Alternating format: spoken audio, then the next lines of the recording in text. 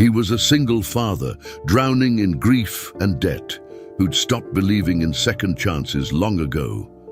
She emerged from the midnight waters like a ghost, her evening gown shimmering with seawater, her trembling hands protecting the unborn child within. Neither could have imagined that a desperate rescue beneath a luxury marina's moonlight would become the saving grace that transformed their broken lives into something beautiful. Before we jump back in, tell us where you're tuning in from.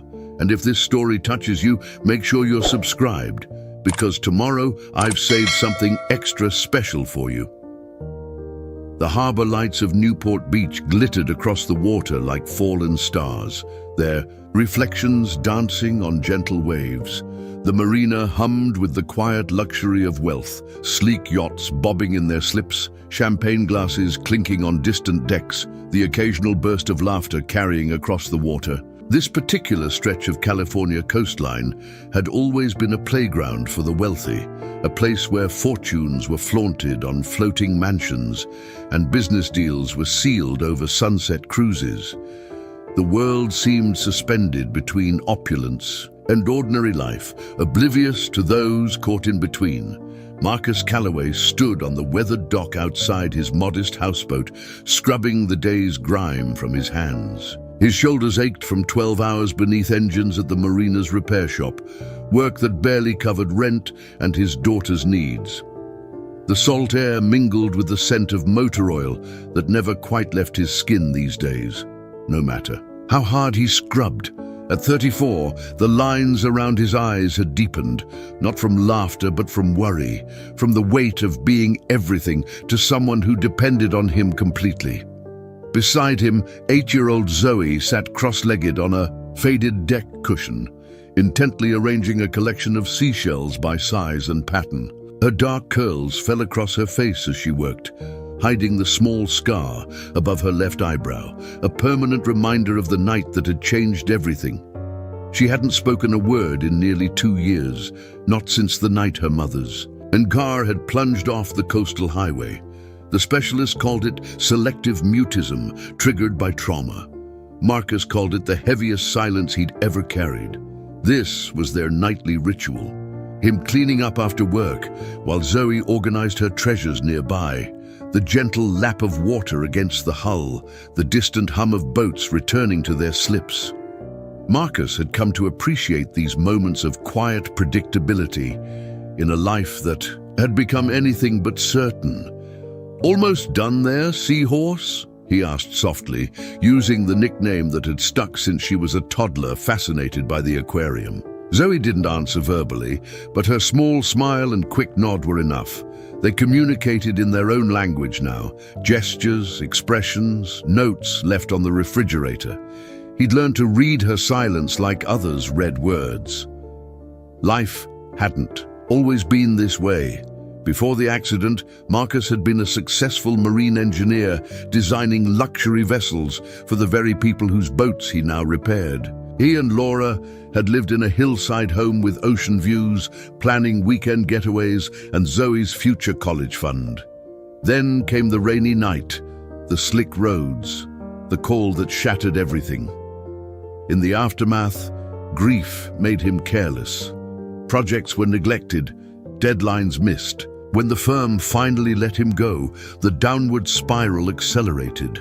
Savings depleted for therapy Zoe desperately needed, the house sold to pay medical bills, and finally, the move to this houseboat, the last affordable option that would keep. Them near the water Laura had loved so much. The houseboat wasn't much, 2 tiny bedrooms, a galley kitchen, and a small living area, but they'd made it home. Marine-themed curtains Zoe had picked out, walls covered with her drawings. A collection of salvaged boat parts Marcus had repurposed into lamps and shelves. It was theirs, a floating refuge in a world that had proven itself unreliable. As darkness settled over the marina, the temperature dropped. Marcus reached for Zoe's jacket, draped over a deck chair. "Getting chilly, seahorse. Time to head in." He helped her gather her shells into a small canvas bag, noticing how carefully she handled each one. as if they were precious gems instead of discarded homes of long-gone creatures. From further down the marina, the thrum of music grew louder. Another extravagant party on one of the mega yachts that dwarfed their humble vessel. The Endless Summer, a 120-foot beauty owned by tech mogul Philip Westbrook, was especially bright tonight, strung with additional lights for what looked to be a particularly lavish gathering. Marcus had worked on its engines just last week, a rush job that paid well, but required him to bite his tongue when Westbrook complained about the inconvenience while checking his watch that cost more than Marcus made in a year. "Different worlds," Marcus murmured, guiding Zoe toward their cabin door. He tried not to be bitter about the contrast between their lives and those of the marina's wealthy patrons. Resentment wouldn't put food on their table or help Zoe heal. Besides, those repair jobs paid their bills, kept them afloat, both literally and figuratively. Inside, their evening routine continued. Simple dinner, Zoe's homework, a game of checkers where she inevitably beat him. By 9, she was tucked into bed, her favorite threadbare stuffed dolphin clutched to her chest, her eyes already heavy with sleep. Marcus sat beside her bed, as he did every night, and read from Island of the Blue Dolphins, the story of a young girl's resilience and survival that had become Zoe's favorite. "We'll finish the chapter tomorrow," he promised, kissing her forehead. She squeezed his hand twice, their code for "I love you," and he returned the gesture. "Love you more, seahorse. Sleep tight." Later, Marcus sat on the small deck, nursing a cup of coffee gone cold. The party on the Westbrook yacht was still going strong, the music shifting to something with a heavier beat. He should turn in. 5 a.m. would come too soon, bringing another day of crawling through engine compartments and fixing what the wealthy had broken. But sleep rarely comes easily these days, his mind too full of worries about upcoming bills, Zoe's therapy costs, and the leak in the roof he hadn't found time to properly fix. The night air carried a hint of autumn chill, unusually cool for southern California. The moon hung low and full, casting long silver reflections across the water. Marcus watched its light shimmer on the surface, remembering how Laura used to say that moonlight on water was magic, old light traveling millions of miles just to dance on waves before bouncing into their eyes. He was so lost in memory that, at first, he didn't hear it, a splash too deliberate to be a fish, too desperate to be a diver. Then came a sound that cut through the night and froze his blood. A woman's gasping cry for help. Marcus sprang to his feet, coffee mug clattering to the deck. His eyes scanned the dark water, searching for the source of the cry. Another splash, weaker this time, drew his attention toward the shadowy area between the docks, away from the lights and activity of the Westbrook yacht. "Hello?" he called out, voice cutting through the night air. "Where are you?" A faint response, barely audible over the ambient noise of the marina and the distant music. "Help, please." Without hesitation, Marcus kicked off his shoes and dove into the water. The cold hit him like a physical blow, shocking his system. The salt stung his eyes as he surfaced, orienting himself toward where he'd heard the voice. The water was darker than he expected, the marina lights creating deceptive shadows on the surface.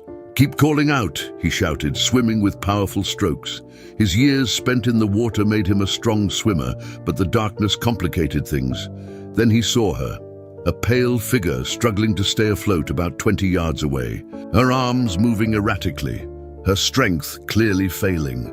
As he drew closer, details emerged, a woman in what appeared to be an evening gown, her dark hair plastered to her face and neck, makeup streaking down her cheeks, gasping for breath between desperate attempts to keep her head above water. But what stopped his heart was the unmistakable swell of her abdomen. She was pregnant, possibly far along. "I've got you," Marcus called, reaching her side. "I'm here, you're going to be okay." She turned toward his voice, revealing a face marked by terror and exhaustion. Her eyes, wide and panicked, locked onto his. She tried to speak, but could only cough, water spilling from her mouth. "Don't try to talk," he instructed, moving into a rescue position. "I'm going to help you back to my boat. Just try to relax and breathe." She nodded weakly, allowing him to support her from behind. He could feel her trembling violently, whether from cold or shock. He couldn't tell. What struck him most was how she kept one arm curved protectively over her pregnant belly, even in her distress. The swimback felt eternal. Marcus was strong, but supporting both of them taxed even his conditioning. The woman's dress had become a sodden weight, dragging them down. Twice she slipped into coughing fits that halted their progress. By the time they reached his houseboat, his muscles burned with exertion. "Just a little further," he encouraged, guiding her toward the small ladder attached to his dock. "Can you climb?" Preparing and narrating this story took us a lot of time. So if you are enjoying it, subscribe to our channel. It means a lot to us. Now back to the story.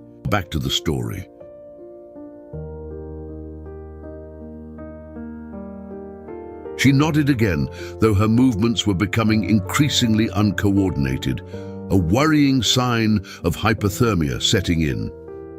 Marcus climbed up first, then reached down to help her.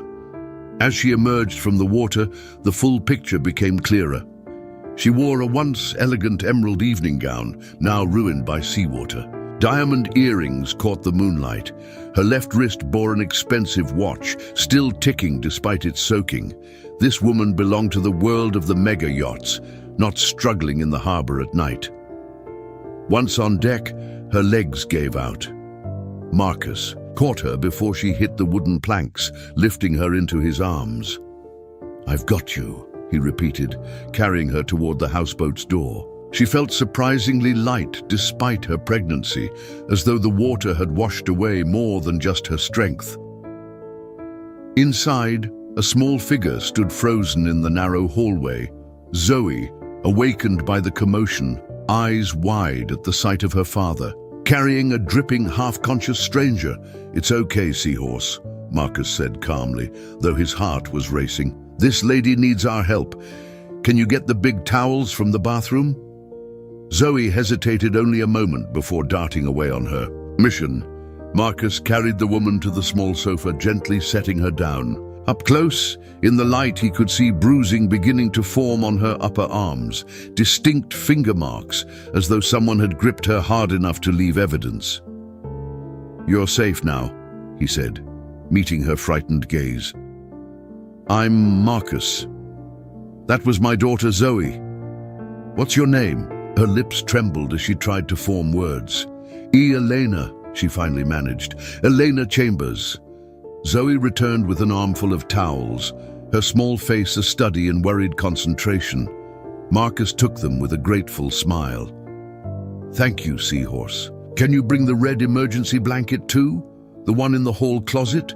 While Zoe hurried off again, Marcus wrapped one of the towels around Elena's shoulders. "Elena, I need to know, are you hurt?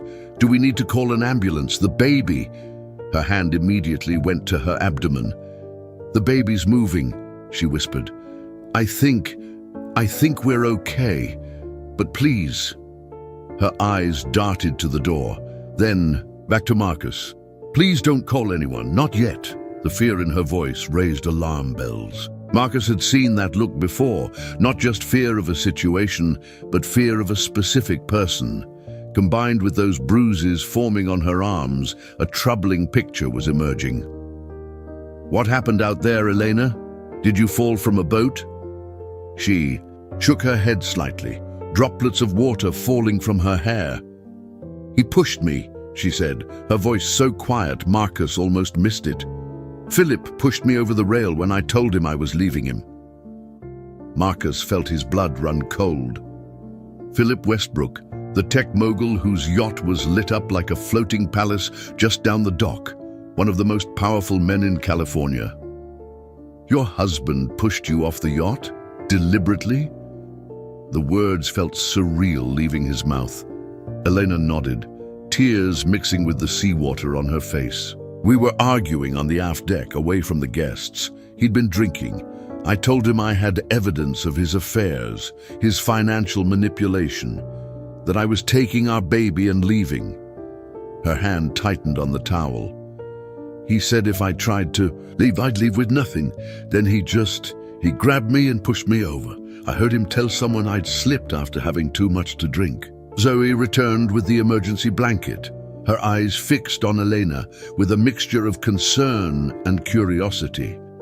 She handed the silver thermal blanket to her father, then surprised both adults by gently placing a small seashell, a perfect spiral, in Elena's palm.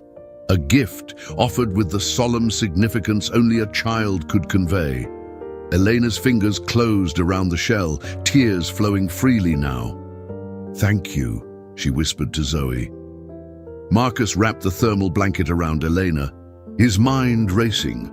Harboring a woman whose billionaire husband had just attempted to murder her put them in a dangerous position. But looking at her, trembling, pregnant, clutching his daughter's shell like a lifeline, he knew there was no choice to make. "You need dry clothes and something warm to drink," he said decisively. "Then we'll figure out what to do." While Elena changed into spare clothes Marcus provided, sweatpants with a drawstring to accommodate her belly and an oversized sweatshirt. He heated water for tea, mind churning through options. The responsible thing would be to call the police, but Westbrook's influence extended everywhere in Newport Beach. Would they believe Elena's word against his? Would she and her unborn child be safe in the system while accusations flew? Zoe remained nearby, perched on a kitchen stool, watching the woman with unwavering attention. She hadn't shown this much interest in any stranger since the accident. When Eleanor emerged from the small bathroom, she looked marginally better, still pale and shaken, but no longer on the edge of collapse. The sweatshirt draped over her pregnant belly, which appeared to be around 7 months along. She tied her wet hair back, revealing a face that, despite its current distress, carried a natural elegance that spoke of her privileged background. "The clothes help," she said softly, accepting the mug of tea Marcus offered. "Thank you, both of you." She included Zoe in her gratitude, offering a small smile that the girl didn't return, though she didn't look away either. Marcus gestured toward the small dining table. "Let's sit. You should try to warm up completely before we decide next steps." As they settled, the sound of raised voices and activity drifted through the windows, shouting, flashlight beams cutting through the darkness, the rumble of a boat engine starting up. "They're looking for me," Elena whispered, tensing visibly. "He'll tell everyone I accidentally fell overboard after drinking too much. That they searched but couldn't find me in the dark water." Her hands cradled her belly protectively. "By morning, I'll be the tragic society wife who drowned." Marcus moved to the window, carefully peering through the blinds. Sure enough, a search was underway. Crew members from the Westbrook Yacht scanning the water with lights, a smaller boat making methodical passes through the marina. From this distance, it looked like an appropriate concern for a missing guest. Only he and Elena knew the darker truth beneath the performance. "They won't look here," he said, turning back to her. "There's no reason they would, but we need to think about what happens after tonight." He paused, choosing his words carefully. "Elena, a man who would do what your husband did. He won't stop looking, especially once he realizes you survived." She met his gaze, something steely emerging through her fear. "I know," she said quietly. "That's why I need to disappear, completely, until the baby comes and I can prove what he's done." She hesitated. "I have evidence, financial records, threatening messages, photos of previous injuries. It's all on a secure cloud account, but I need time and safety to access it, organize it. And you need a doctor." Marcus added. Soon, to check on the baby after the trauma you've been through. A small sound made them both turn. Zoe had slid off her stool and now stood beside Elena's chair. With deliberate care, she placed a folded piece of paper on the table. Elena looked to Marcus, questioningly. She wants you to read it, he explained, softly. Elena unfolded the note written in a child's careful handwriting. You can stay in my room. I'll sleep with Dad. The simple offer, the first direct communication Zoe had initiated with a stranger in nearly 2 years, left both adults momentarily speechless. Elena's eyes filled with fresh tears as she looked at the solemn-faced girl. That's very kind of you, Zoe, she said gently. Are you sure? Zoe nodded once, decisively, then pointed to her own chest, then to Elena's pregnant belly, and then held up 2 fingers. Marcus translated the gesture with wonder in his voice. She's saying you count as 2 people, so you need more space. He looked at his daughter with a mixture of pride and amazement. Something about this situation, about Elena, had broken through a barrier Zoe had maintained for so long. As the searchlights continued to sweep across the harbor outside, the 3 unlikely companions sat in the warm kitchen of the houseboat, united by crisis and compassion. None of them could have predicted the morning would find them here, thrown together by an act of terrible cruelty and an act of simple humanity. For now, they were momentarily safe in the eye of the storm. But dawn would bring new challenges, decisions that would alter the course of all their lives. And somewhere out on that gleaming yacht, a man with wealth and power was orchestrating a lie to cover up his attempted murder, unaware that his victim had found shelter with the most unlikely of allies. Dawn arrived with a pale golden light that filtered through the houseboat's small windows, painting stripes across the worn floorboards. Elena woke disoriented, momentarily panicked until memory returned in a rush. The argument, the horrifying moment of weightlessness as she fell, the cold shock of water, and then rescue. She sat up slowly in Zoe's narrow bed, wincing as her body protested. The room around her was a child's sanctuary. Walls adorned with marine life posters, a bookshelf filled with stories of oceans and adventure, a collection of shells arranged meticulously on a small desk. A handmade dream catcher hung above. The bed, its center woven in the shape of a seahorse. Despite the circumstances, Elena felt a strange peace in this small, carefully curated space. The baby shifted within her, a reassuring movement that brought tears of relief. She placed both hands on her belly, whispering, "We made it, little one. We're safe." A soft knock interrupted her moment of gratitude.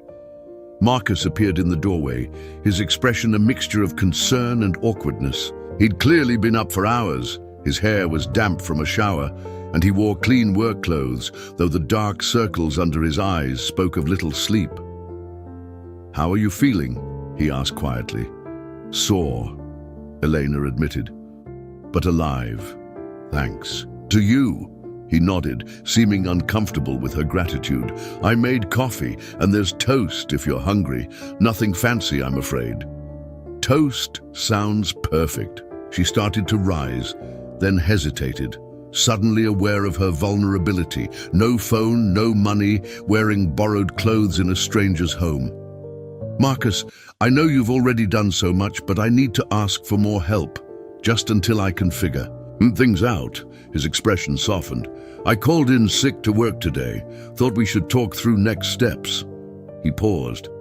"Zoe's at school. She was worried about leaving you, but I convinced her you'd still be here when she gets back." The mention of the silent child brought a fresh wave of emotion. "She gave up her bed for me. A complete stranger." "That's who she is," Marcus said, simply, "or who she was. Before." He didn't finish the thought. "Anyway, let's talk over breakfast." In the small kitchen, Elena saw evidence of Marcus's early morning activity. A newspaper spread open to local news, a laptop showing Marina, Surveillance footage, a notepad filled with hastily scrawled notes. He'd been gathering information, assessing the situation while she slept. As he poured coffee and prepared toast, Elena noticed the tight quarters with new awareness. The houseboat, while lovingly maintained, showed signs of financial strain. Mismatched dishes, carefully mended curtains, furniture that had seen better days. This man who had saved her life was clearly fighting his own battles. There was a formal missing persons report filed this morning, Marcus said, sliding a mug of decaf coffee toward her.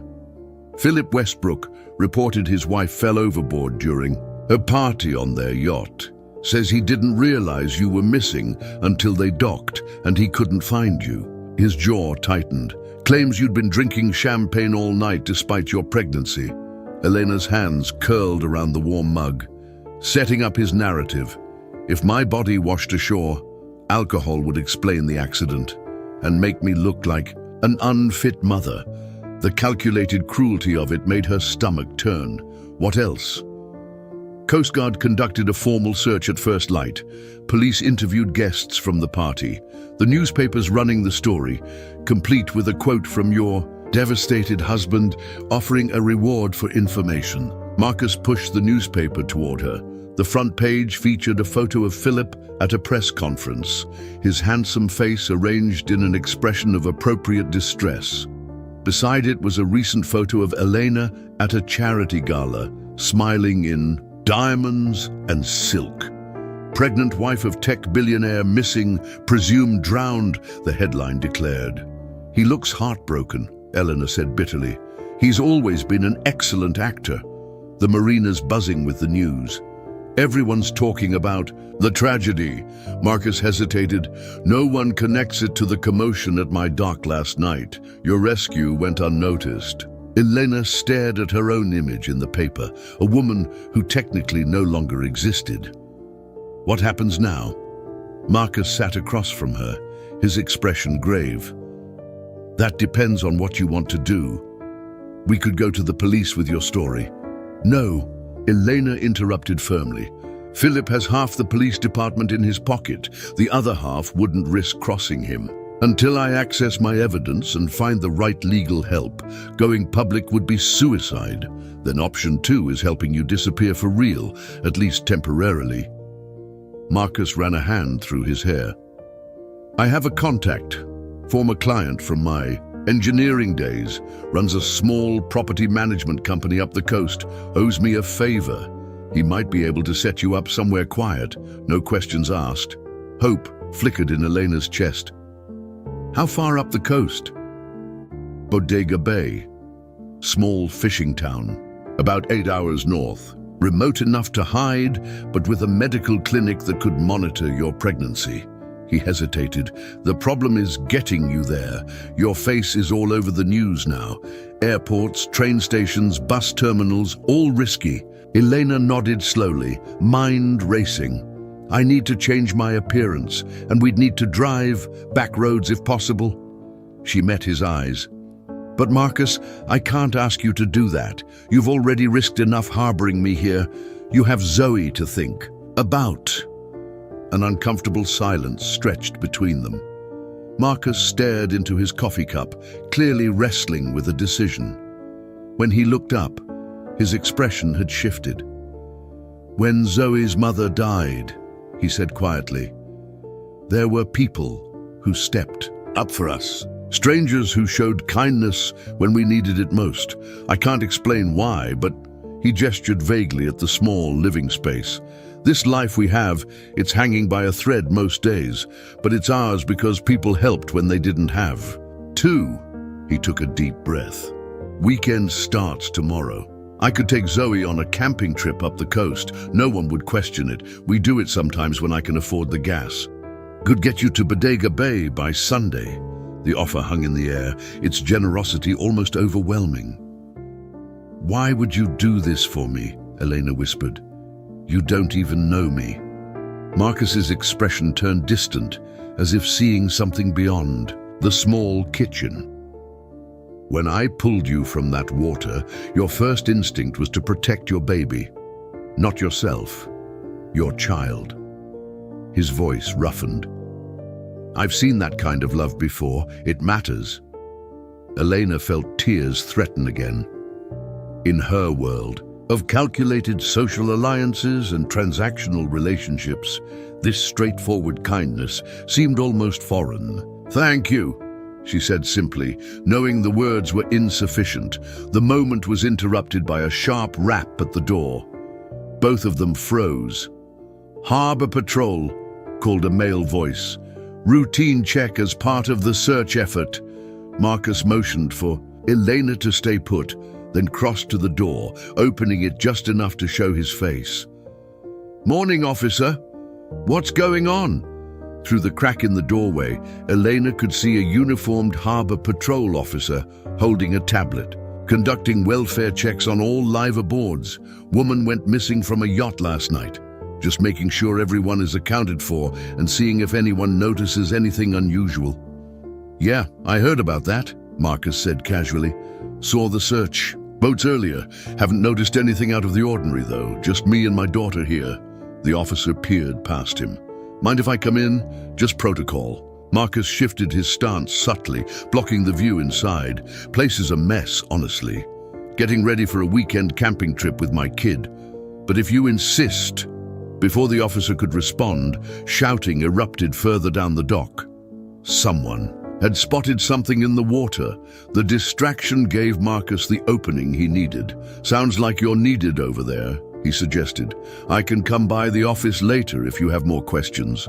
The officer hesitated, then nodded. "Check in before the end of day," he said before hurrying toward the commotion. Marcus shut the door, exhaling heavily. That was close. Elena had pressed herself against the kitchen wall, heart pounding. What did they find in the water? "Probably just debris," Marcus said, though his expression remained tense. "But it confirms they're searching this area thoroughly. We need to move quickly." He glanced at the clock. "Zoe's school gets out at 3. We'll leave tonight after dark." The rest of the day passed in careful preparation. Elena remained hidden inside, while Marcus made discreet arrangements, calling his contact in Bodega Bay, mapping a route that avoided major highways, packing essentials for what would appear to be a normal weekend camping trip with his daughter. In the early afternoon, he returned from a supply run with hair dye, scissors, and plain clothes that would help Elena blend in as a typical mom on a family trip. The bronze-colored hair dye was a dramatic departure from her natural blonde, but would help disguise her from the photos circulating in the news. While Marcus was out collecting Zoe from school, Eleanor stood in the small bathroom, hands shaking slightly as she applied the dye. She stared at her reflection as the rich color took hold, transforming her into someone unrecognizable from the polished society wife who had boarded the yacht just 24 hours earlier. As she rinsed away the excess dye, watching it swirl down the drain, something shifted within her. Each change, the color darkening her hair, the oversized sweatshirt replacing designer clothes, the absence of makeup and jewelry, felt like shedding a skin she'd worn too long. The woman emerging was closer to the person she'd been before Philip, before his wealth and control had gradually reshaped her. Elena cut several inches off her newly colored hair, creating a simple style that framed her face differently. When Zoe and Marcus returned, the little girl stopped in the doorway, studying Elena's transformation with solemn attention. Then, to everyone's surprise, she gave a small nod of approval before disappearing into her room to pack her own bag. For their journey, she likes the new look, Marcus translated, a hint of amusement breaking through his tension, and she's excited about the trip. "I think we're having an adventure, aren't we?" Elena asked softly, his expression sobered. "A dangerous one. Philip Westbrook isn't a man who loses gracefully. When they don't find your body, he'll start looking for you among the living." Elena's hand went instinctively to her belly. "By then, we'll be long gone." She paused. "Marcus, I want you to know, once we reach Bodega Bay, Once this baby is born safely, I'll make sure you and Zoe are compensated for everything you've risked. I have resources he doesn't know about, ways to access funds he can't trace." Marcus shook his head. "That's not why we're helping you." "I know," she said gently. "That's exactly why I want to help you in return." As dusk fell over the marina, they made final preparations. Marcus's old SUV was packed with camping gear, providing both cover for their true purpose and a place for Elena to hide if necessary during stops. They would leave after midnight, when the marina was quietest and the patrol officers changed shifts. Elena sat with Zoe at the small table, watching as the girl carefully wrapped her treasured shells in tissue paper to bring along. In the soft lamplight, with her bronze hair and borrowed clothes, Eleanor no longer resembled the woman whose face was splashed across the news. She had become someone new, someone fighting not for social status or wealth, but simply for her child's right to exist safely in the world. Outside, the lights of Newport Beach glittered, oblivious to the small drama unfolding on a weathered houseboat. Somewhere among those lights, Philip Westbrook was likely sitting in his mansion, believing he had successfully eliminated his problem. He didn't yet know that the woman he had tried to drown had been reborn, like a phoenix from water rather than fire, and was preparing to disappear into the night with unlikely allies. The waiting hours stretched taut with anticipation, each passing minute bringing them closer to escape or discovery. Midnight came and went in a whisper of tension. The marina had finally quieted, with only the occasional creak of wood and lap of water breaking the silence. Elena sat motionless on the small sofa, a baseball cap pulled low over her newly darkened hair, her borrowed clothes making her look like any other weekend traveler. Beside her, Zoe had dozed off, her small head resting against Elena's arm in a gesture of trust that felt both precious and weighty. Marcus moved efficiently around the houseboat, making final preparations with the quiet precision of someone accustomed to handling crises alone. He checked the windows periodically, scanning for any unusual movement among the docks. "Harbor Patrol made their last round 20 minutes ago," he reported in a low voice. "Next shift doesn't start for another hour. It's time." Elena nodded, gently stirring Zoe. The child woke instantly, fully alert in that uncanny way some children have. She grabbed her small backpack without being told, obviously familiar with their escape protocol. Elena wondered with a pang how many times they had needed to leave places quickly, how much instability this silent child had already endured. "Remember," Marcus said as he shouldered his own bag, "if we're stopped, you're Rebecca Sullivan, my sister-in-law from Seattle, visiting with us for a camping weekend. Zoe and I have used that cover before." He handed Elena a worn wallet containing a Washington State Library card and grocery store loyalty cards in the name Rebecca Sullivan, simple props to support the story if needed. The planning revealed a man familiar with living carefully, with maintaining escape routes. Elena wanted to ask what had necessitated such preparations, but this wasn't the time for deeper questions. They left the houseboat in stages.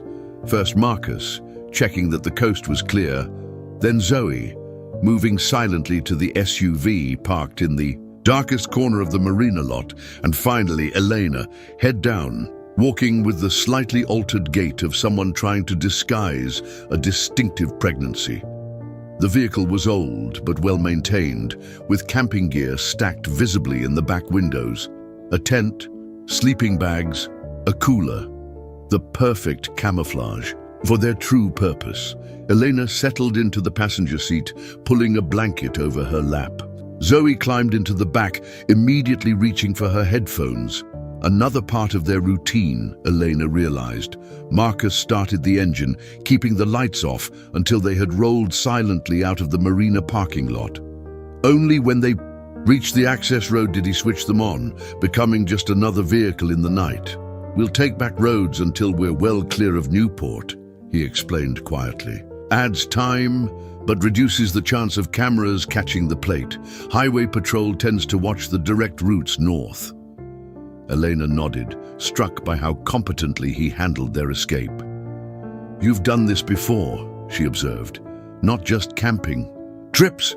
His hands tightened almost imperceptibly on the steering wheel. After Laura died, there were some complications with Zoe's care. Questions about my fitness as a guardian while I was... He hesitated, struggling. We needed space to heal without interference. He glanced in the rearview mirror at his daughter, who appeared absorbed in her music.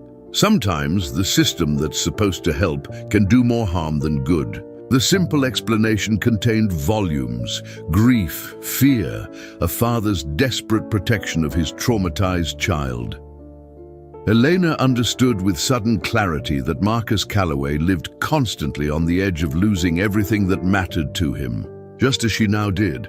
As they wound through the sleeping coastal communities, Eleanor felt the tension in her body begin to ease. Each mile increased the distance between her and Philip, between her baby and danger.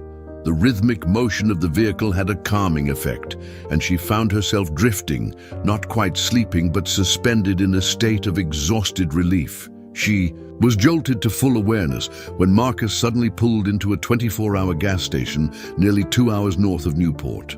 The stark fluorescent lights made her shrink into her seat. "Tank's nearly empty," he explained apologetically. "I'll be quick. Stay low." Elena pulled the blanket higher and adjusted her cap while Marcus pumped gas. Through half-closed eyes, she watched him. Efficient movements, casual stance, nothing to draw attention. He went inside to pay in cash, returning moments later with 3 bottles of water and a bag of snacks. "All good," he said, starting the engine again. Attendant was half asleep, didn't even look up from his phone. Back on the road, they settled into a rhythm. Zoe eventually dozed off in the back seat, headphones still in place. Elena and Marcus maintained a quiet conversation, the kind that sometimes emerges between strangers thrown together in unusual circumstances. Careful at first, then gradually more revealing.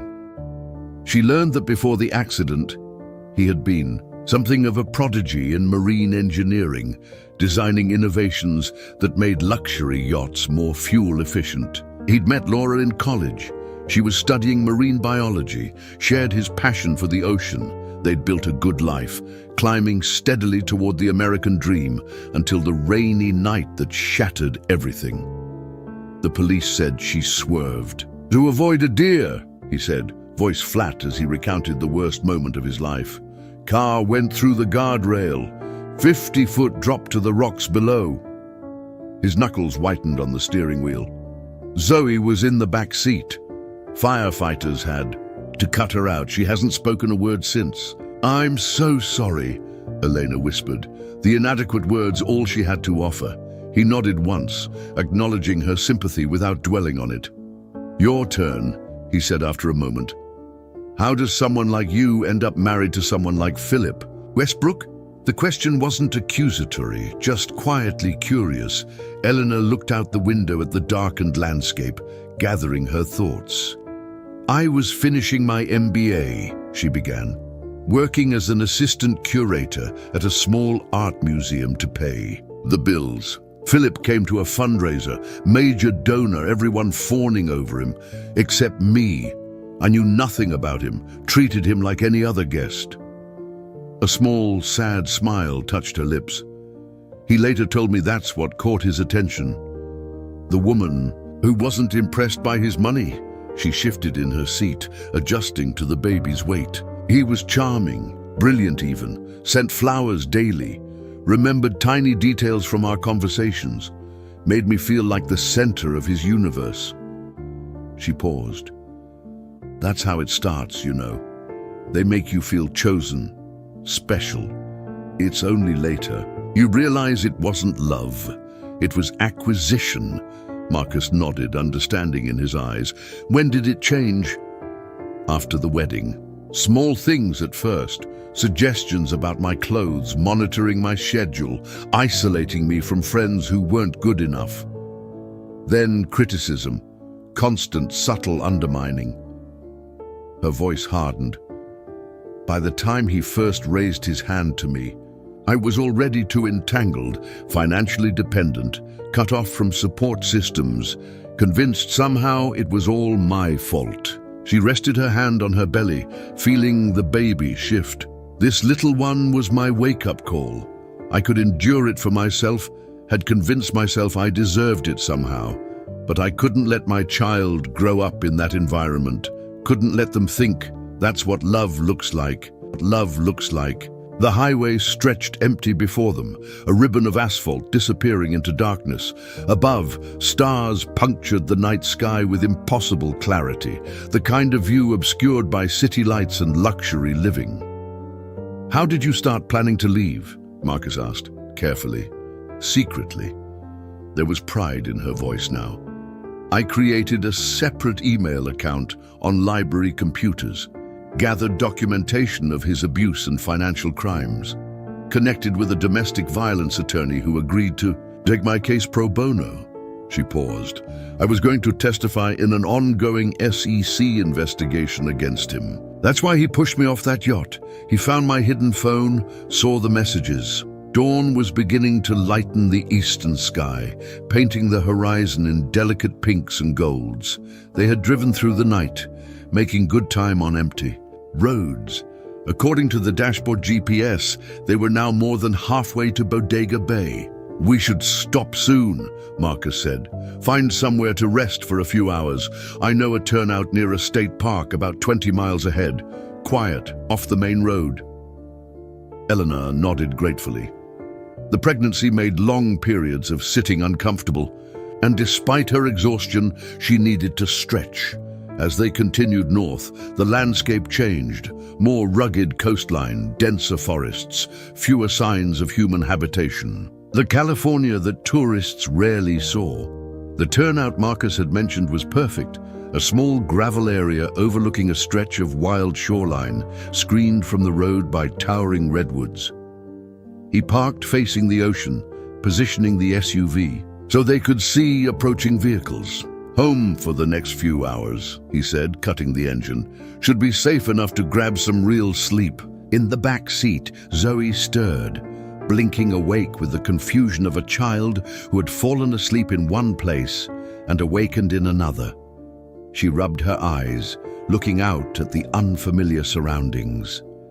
Then, to Elena's surprise, the girl tugged a small spiral notebook from her backpack and wrote something quickly, passing it forward. "Where are we now?" Eleanor read aloud. "About 30 miles south of Mendocino," Marcus answered, reaching back to squeeze his daughter's hand. "Remember that beach with the tide pools we visited last summer? Not far from there." Zoe nodded, seemingly satisfied. She wrote something else. "Is the baby okay?" The simple question brought unexpected tears to Elena's eyes. "Yes," she said softly. "The baby's fine. Thank you for asking."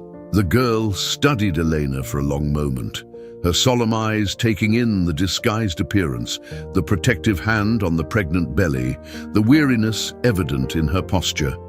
Then she wrote again, "We won't let the bad man find you." Marcus read the note over Eleanor's shoulder, his expression a complex mixture of pride, sadness, and resolve. "No, we won't," he agreed quietly. "That's a promise, Seahorse." They ate a simple breakfast from the supplies Marcus had packed. Granola bars, apples, bottled water. Afterward, while Zoe explored the immediate area around the SUV, carefully, staying within sight as instructed, Elena and Marcus spread a map across the hood, plotting the remainder of their journey. "My contact has arranged a small rental cottage here." Marcus indicated a spot near the edge of Bodega Bay. "Used as a vacation rental usually, but vacant now in the off-season. Paid through a shell company he uses for property management. No connection to either of us." Eleanor traced the remaining route with her finger. "How much farther?" 4 hours, give or take. We'll be there by early afternoon if we leave soon." He folded the map carefully. "The cottage is stocked with basics. You'll be comfortable there until, he gestured toward her belly, until this little one decides to make an appearance. Elena completed the thought. She looked up at him, sudden concern furrowing her brow. Marcus, I've been focused on getting away, on keeping the baby safe. But I haven't really thought about what happens after, when I have evidence against Philip organized, when I'm ready to come forward. He understood immediately. He'll come after you with everything he has. She nodded grimly. And anyone who... Help me. Her eyes drifted to where Zoe was carefully examining a wildflower. I can't put you both at risk any longer than necessary. Marcus was quiet for a moment, watching his daughter. We knew what we were signing up for, he said finally. Well, I did, but Zoe... He hesitated. When she gave you that shell, when she offered her room, it was the first time since the accident that she's reached out to anyone new. Whatever risk we're taking, it's already been worth it to me for that alone. The simple honesty of his words struck Elena deeply. In her previous life, surrounded by wealth and power, relationships had always carried undercurrents of advantage and calculation. This straightforward kindness, asking nothing in return, felt almost foreign. Still, she insisted, once I'm settled, you should head back. Resume your normal life. If Philip ever connects you to my disappearance, we'll cross that bridge. When we come to it, Marcus interrupted gently. For now, let's just focus on getting you safely to Bodega Bay. As he spoke, a police cruiser appeared on the distant road, moving slowly along the coastal highway. Both adults tensed, watching its progress. The patrol car continued past the turnout without slowing, but the reminder of their vulnerability lingered. Time to move, Marcus said, calling Zoe back to the SUV. We've stayed in one place long enough. As they pulled back onto the coastal highway, Elena noticed a news alert flashing on Marcus's phone, which was mounted on the dashboard as a navigation aid. With a sense of dread, she tapped the notification. Search for missing pregnant socialite. Shifts to recovery operation, the headline read. Below it, a photo of Philip Westbrook at a press conference, his handsome face arranged in an expression of grief. The accompanying article quoted him directly. While we continue to hope for a miracle, we must face the possibility that my beloved wife and our unborn child have been lost to us. I am offering a substantial reward for recovery, for the closure our family desperately needs. Elena felt ice forming in her veins as she read the final lines. Sources close to the investigation reveal that security footage from nearby properties is being reviewed for any unusual activity around the time of Mrs. Westbrook's disappearance. Authorities urge anyone with information to come forward immediately. She met Marcus's gaze, seeing her own concern reflected there. The net was widening. Soon someone might remember a late-night commotion near a certain houseboat or the harbor. Patrol officer might recall the resident who had been oddly reluctant to allow a welfare check. Their head start was shrinking by the hour. The race north had become more urgent than ever. The coastal highway unfurled before them like a ribbon laid along the edge of the continent, sometimes hugging dramatic cliffs, other times dipping through small towns where life moved at a pace dictated by tide charts rather than stock markets. As they traveled further north, the landscape grew increasingly wild. Wind-swept cypresses bent permanently by ocean gales, vast stretches of untamed shoreline, fog that rolled in without warning to shroud everything in ethereal white. Elena found a strange comfort in the ruggedness of this landscape, so different from the manicured perfection of her previous life. There was honesty in its rawness, in the way the elements had shaped everything to their will rather than human desire. Beside her, Marcus drove with steady concentration, occasionally pointing out landmarks to Zoe through the rearview mirror or answering the questions she wrote in her notebook. They stopped only when necessary, once at a small grocery store, in a town whose name Elena didn't catch, where Marcus purchased additional supplies while she remained in the car with Zoe, head down, cap pulled low. The second stop was at a roadside medical clinic that advertised no appointment services. The need to check on the baby's well-being after her trauma outweighed the risk of being recognized. Dr. Sullivan, the receptionist called, using the fake name they'd given. "We're ready for you now." Elena followed the nurse to an examination room, heart pounding with anxiety, not just about the baby, but about maintaining her cover story. Marcus had coached her on the details, visiting from Seattle, experiencing some cramping while on a family camping trip, wanting reassurance before continuing their vacation. The doctor was a brisk, efficient woman in her 50s who introduced herself simply as Dr. Chen. She reviewed the intake form Elena had filled with carefully crafted half-truths, then conducted a thorough examination. "Baby's heartbeat is strong," she announced after using a Doppler to amplify the rapid underwater thrum. "Good positioning, good size for approximately 32 weeks. You're feeling regular movement?" Elena nodded, relief washing through her. "Yes, especially in the evenings. Any continued cramping since yesterday's fall?" "No, just soreness." Dr. Chen made notes in the chart. "Any other unusual symptoms? Headaches, vision changes, swelling in your extremities?" "Nothing unusual," Elena answered truthfully. The doctor studied her for a moment, her professional gaze seeming to look beyond the surface. "Mrs. Sullivan, is there anything else you'd like to tell me? Anything that might be relevant to your care?" Something in her tone, not accusatory but gently concerned, made Elena wonder if her disguise was as effective as she'd hoped. She hesitated, weighing the risk of disclosure against the importance of proper medical care. I'm under significant stress," she admitted carefully. "My husband and I are separated. The situation is complicated." Dr. Chen nodded, her expression neutral but understanding. Stress during pregnancy is a medical concern, not just an emotional one. "Are you safe currently?" "Yes," Elena said softly. "I am now." The doctor held her gaze for a moment longer, then nodded once. "Good. I'm going to give you my direct number along with some information about prenatal care in this region. I'd recommend a follow-up within 2 weeks." She wrote on a prescription pad, then tore off the page. "This includes some resources that might be generally helpful for your situation." Elena glanced at the paper. Alongside medical information, Dr. Chen had written the contact details for a women's resource center and a domestic violence advocacy group. "Thank you," Elena whispered.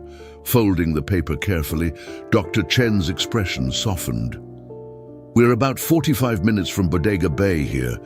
If you decided to extend your vacation in this area, I have colleagues there who could provide continuity of care." The deliberate emphasis on vacation confirmed Elena's suspicion that the doctor had seen through their story.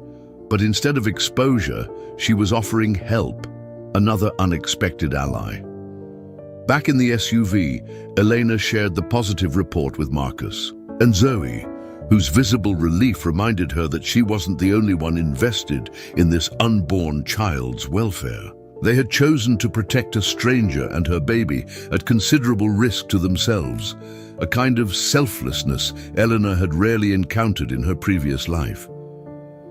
As they approached Bodega Bay in the late afternoon, the fog that had threatened all day finally descended, enveloping the small coastal town in a thick white blanket that reduced visibility to mere yards. It was both a blessing and curse. The fog provided additional cover but made navigation to their destination more challenging.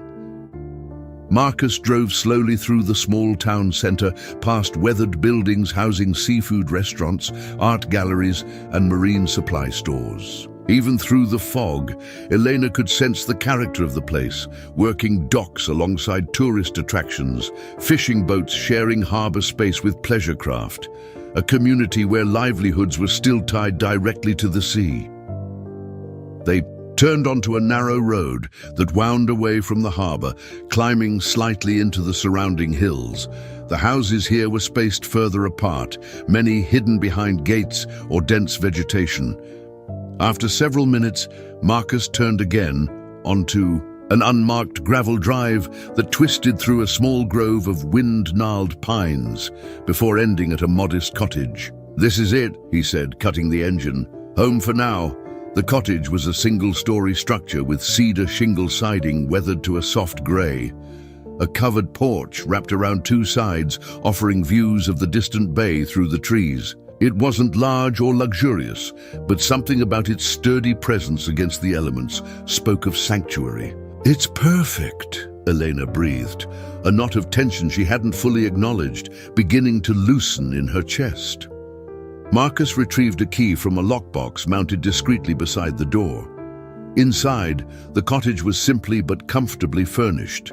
There's an open-plan living area with a stone fireplace, a small but well-equipped kitchen, 2 bedrooms, and a bathroom with a deep clawfoot tub. Large windows would have offered stunning views on a clear day, though now they showed only wisps of fog drifting among the pines.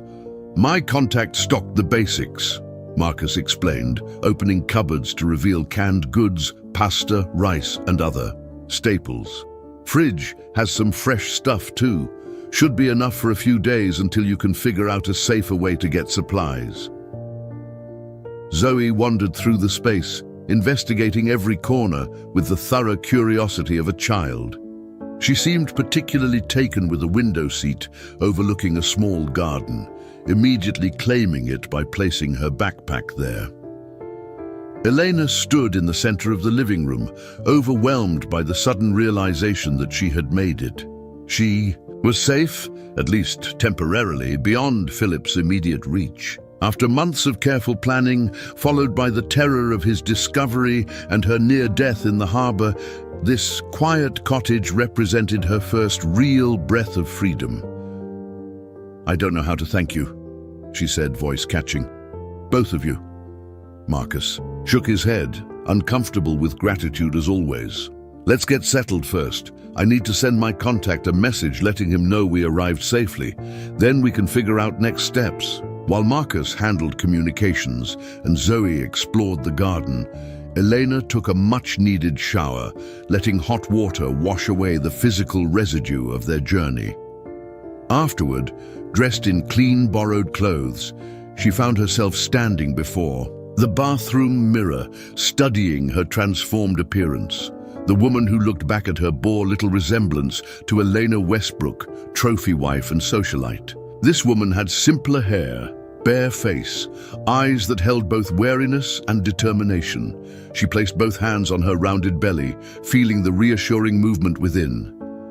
"We made it, little one," she whispered. "First step done." That evening, they shared a simple meal around the cottage's small dining table.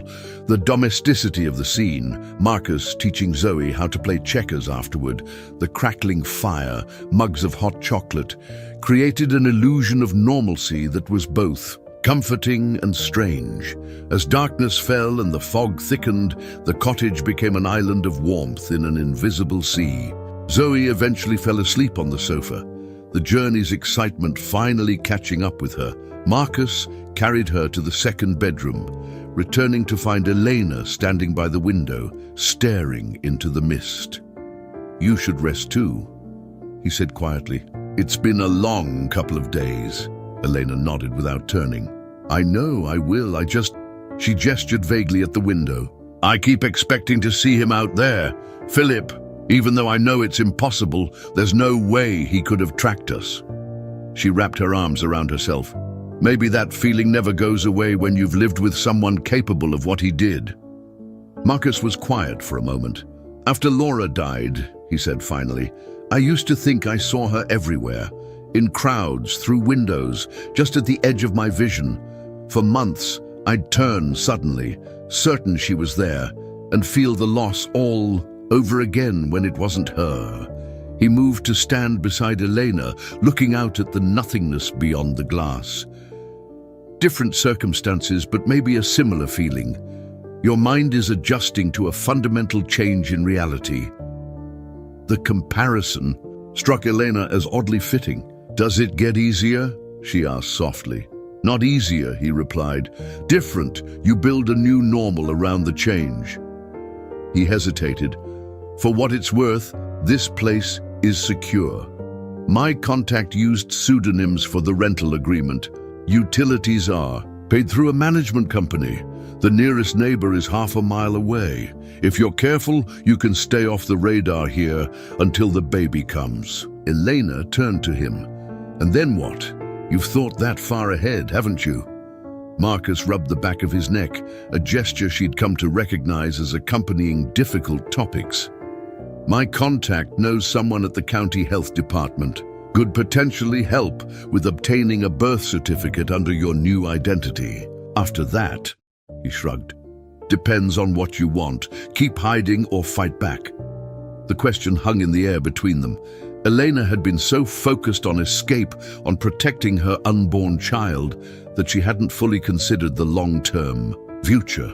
A lifetime in hiding under a false identity, or a public battle against one of the most powerful men in the country? I need time to think, she said honestly, to weigh options once the baby is safe. Marcus nodded. That's why we brought you here, to give you that time. He glanced toward the room where Zoe slept. We should head back soon, though. Day after tomorrow at the latest. The longer we're away from Newport, the more questions might be asked. The reminder that their time together was limited sent an unexpected pang through Elena. These strangers had become her lifeline, her protectors, perhaps even friends. The thought of facing the coming weeks alone in this isolated cottage was suddenly daunting. I understand, she said, trying to keep her voice steady. You've already risked so much. I can't ask for more. Marcus studied her face. It's not about what you're asking, he said quietly. It's about what's right. He reached into his pocket and withdrew a prepaid cell phone. This is programmed with my number. A separate prepaid I'll keep hidden. If you need anything at all, you call, day or night. Elena took the phone, the simple plastic device representing a lifeline to the outside world. Thank you.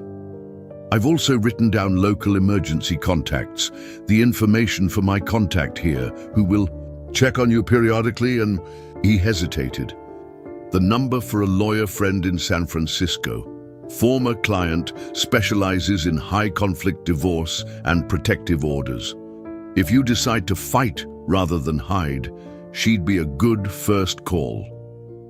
The thoroughness of his preparation touched her deeply. This man, barely keeping his own life together, had thought through scenarios for her safety and future that she herself hadn't had the capacity to consider. Why are you doing all this?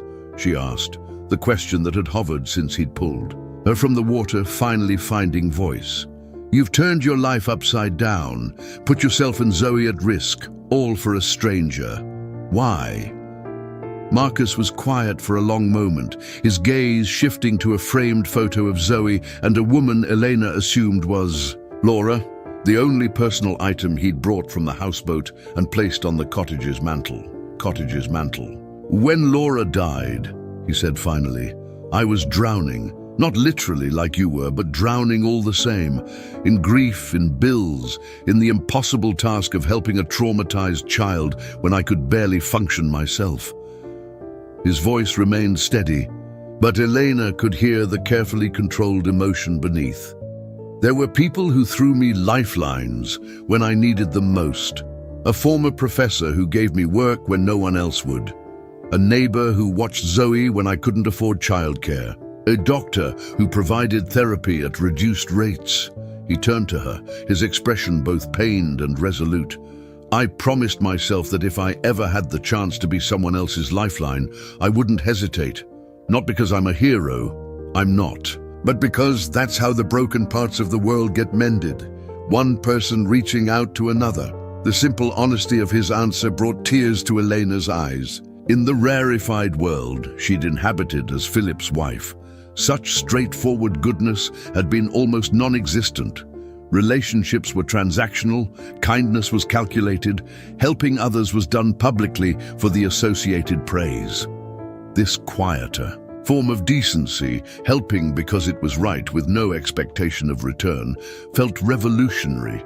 "I think," she said softly, "your daughter is very lucky to have you as her father." A ghost of a smile touched his lips. "I'm the lucky one."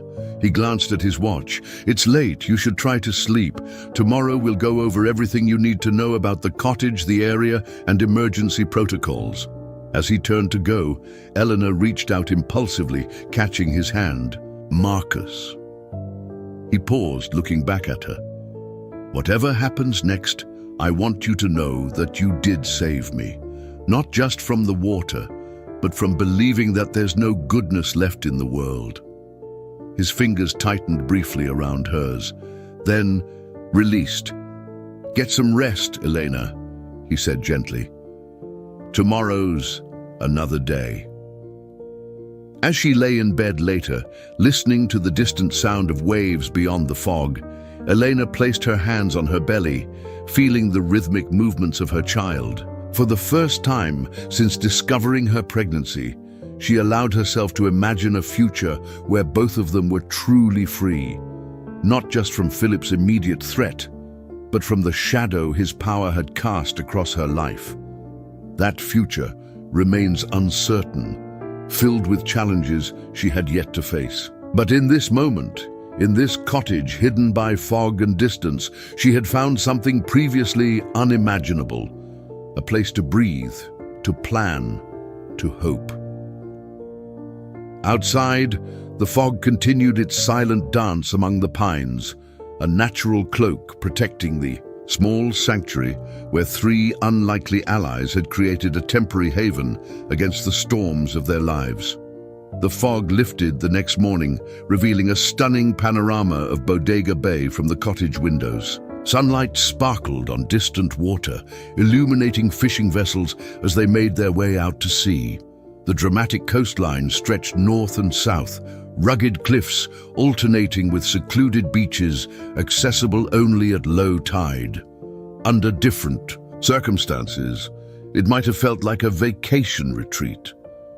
Elena woke early, her back aching from the pregnancy. She found Marcus already in the kitchen, methodically organizing supplies into labeled cabinets. A detailed map of the area was spread across the counter, key locations marked in his precise handwriting. Medical center, police station, grocery store, alternate routes out of town. "Morning," he said, sliding a cup of decaf coffee toward her. "Sleep okay?" "Better than I expected," she admitted. "Where's Zoe?" "Exploring the garden. There's a family of quail she's been sketching." His expression softened. "She seems happy here." Elena nodded, sensing the weight behind his observation. "Marcus, about going back to Newport." "We need to," he said firmly. "The longer I'm away from work, the more questions will be asked. Zoe needs to return to school. And most importantly, if anyone connects us to your disappearance..." He didn't finish the thought, but didn't need to. "I know," Elena agreed quietly. I'm afraid for you both. If Philip ever discovers your involvement..." "He won't," Marcus interrupted. "We'll maintain our normal routine. Weekend camping trip, nothing unusual. I've done nothing that would appear suspicious on camera. Bought supplies with cash, kept my face down in public places." He tapped the map. "Right. Now you need to focus on staying safe and healthy until the baby comes." Their conversation was interrupted by Zoe, who entered carrying her sketchbook, which she proudly opened to show Elena. The page revealed a remarkably detailed drawing of a quail family. The male's distinctive head plume, the female's protective stance, tiny chicks huddled beneath her wings. "This is beautiful," Elena said sincerely. "You have a real talent, Zoe." The girl beamed, then turned to a fresh page and began to write. When she finished, she pushed the notebook toward Elena. "I made this for the baby to look at." Beneath the words, she'd drawn a small, perfect seahorse, Elena felt her eyes fill with tears. "The baby will love it," she whispered. "Thank you." Zoe studied Elena for a moment, then wrote again, "What will you name the baby?" The simple question caught Elena off guard. She hadn't allowed herself to think that far ahead, had been too focused on survival. "I don't know yet," she admitted. "I've been waiting to meet her first." Zoe nodded seriously, then wrote one more note. "She will be brave like you." The child's perception cut straight to Elena's heart. She hadn't felt brave, desperate, terrified, reactive, but not brave. Yet through Zoe's eyes, her actions represented courage rather than mere survival. The morning passed in practical preparation. Marcus taught Elena the cottage's quirks, which windows stuck, how to restart the finicky water heater where the breaker box was located. He showed her hiding places he'd identified if someone unexpected came calling, and escape routes through the back garden that led to a hiking trail in the pines. By midday, they'd created contingency plans for various scenarios, most of which Elena hoped would never materialize. She had memorized key phone numbers, studied the map until she could visualize every road, and learned basic operational security, varying her routine, watching for surveillance, communicating securely. "You'd make a good spy," she joked weakly, trying to lighten the mood as they reviewed everything one final time. Marcus smiled, though it didn't reach his eyes. "Just someone who's learned to be careful," he replied. "One last thing." He handed her a small leather pouch. "Emergency cash, $2,000. Not enough to start a new life, but enough to get you out of a bad situation if necessary." Elena started to protest, knowing what that amount must mean to him, but he shook his head firmly. "Please, it helps me to know you have it. I'll pay you back," she promised. "Once this is all over, once I have access to my resources again. That's not why I'm giving it to you." His quiet dignity silenced her objections. This man who had so little was giving her what might represent months of savings, not out of obligation, but because it was the right thing to do. After lunch, the inevitable moment of departure drew closer. Zoe packed her small backpack carefully, including the drawings she hadn't given to Elena. For a child who didn't speak, she communicated more eloquently through her actions than many adults Elena had known. Standing on the cottage porch, the afternoon sun warm on their faces, the trio faced the reality of separation. Marcus went through final instructions when his contact would check in, which days the clinic was open, how to reach him in a true emergency. Elena listened, nodding at appropriate moments, but her attention was caught by Zoe, who stood slightly apart, her expression solemn as she studied the cottage and surrounding landscape, as if committing everything to memory. "We should go," Marcus said finally, keys in hand. "Beat the traffic back to Newport." Elena knelt awkwardly to Zoe's level, her pregnancy making the movement ungainly. "Thank you for everything," she said softly, "especially the seahorse. I'll keep it safe until you visit again." Zoe surprised her by stepping forward and wrapping thin arms around Elena's neck in a fierce hug. The child held on longer than expected, her small body conveying what her voice could not.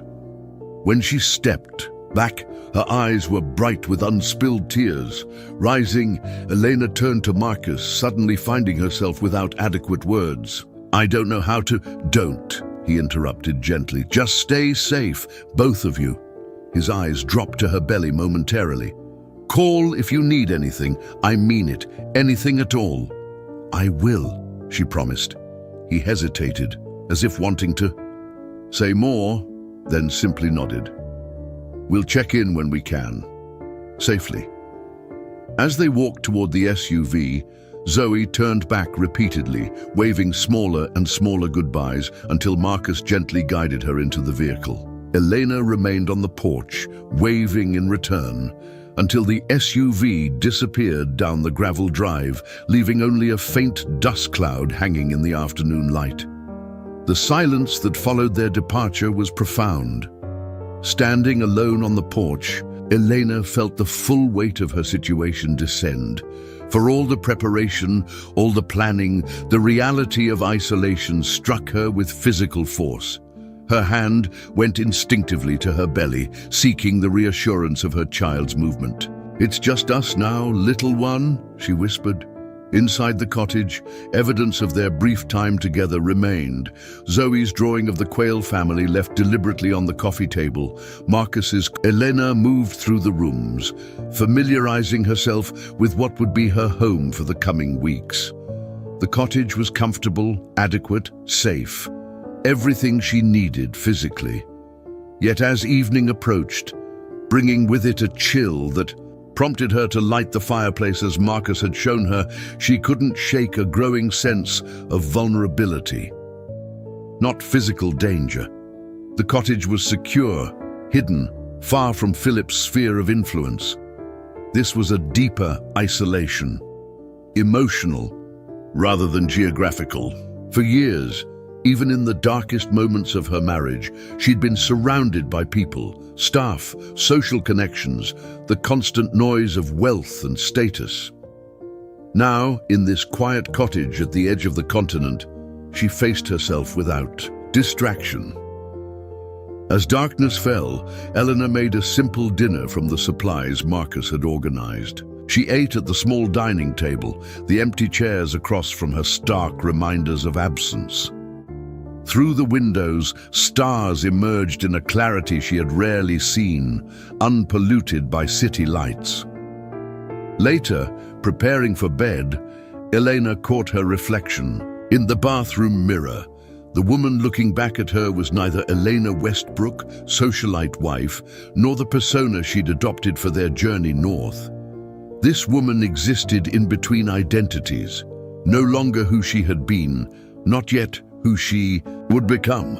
She placed both hands on her rounded belly, feeling her daughter shift beneath her touch. "We're going to be okay," she told her reflection, willing herself to believe it. "This is just the beginning." The days at the cottage settled into a careful rhythm. Elena established routines that balanced security with necessary engagement with the outside world. She ventured into town infrequently, always with her disguise carefully maintained, hair tucked under a nondescript cap, body obscuring clothes, sunglasses even on cloudy days. She became Rebecca Sullivan in these moments, a quiet pregnant woman staying at a vacation rental, unremarkable and forgettable. The small grocery store became her primary connection to Bodega Bay's community, a place where she could exchange brief pleasantries with locals without revealing anything meaningful about herself. The elderly cashier who inevitably commented on her growing belly, the fisherman who recommended which catch was best that day. The librarian suggested books when she mentioned having time to read while on vacation. Small human interactions that kept total isolation at bay. 2 weeks after Marcus and Zoe's departure, Elena received her first communication from them, a postcard showing California redwoods with a brief, anonymous message. "Weather good, garden growing. Hope you're enjoying the coast." It was signed simply M&Z, but included a small drawing of a seahorse in the corner that made Elena's eyes fill with tears. She propped the postcard on the cottage's small mantel, a talisman against loneliness. That night, she used the prepaid phone to send a text to Marcus's matching burner. "Beautiful here, making friends with local Quayle family. We're both healthy and safe." The next day, Eleanor had her first appointment with Dr. Chen's colleague in Bodega Bay, a maternal fetal specialist named Dr. Rivera. The woman reviewed her case with professional detachment, making no comment on the obvious discrepancies in Elena's paperwork, the absence of previous medical records, the wedding ring she no longer wore. "Blood pressure looks good.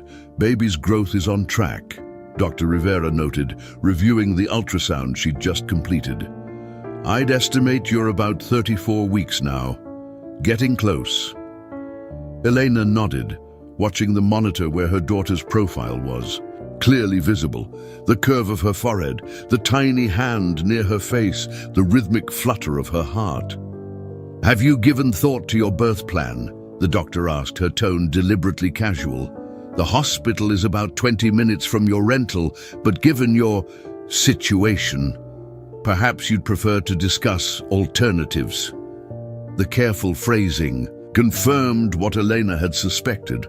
Dr. Chen had communicated something of her circumstances to her colleague, creating another quiet ally in her network of safety. "What alternatives would you recommend?" Elena asked cautiously. Dr. Rivera cleaned the ultrasound gel from Elena's belly before responding. "There's a birthing center attached to my practice. More private than the hospital, less paperwork, but still medically sound.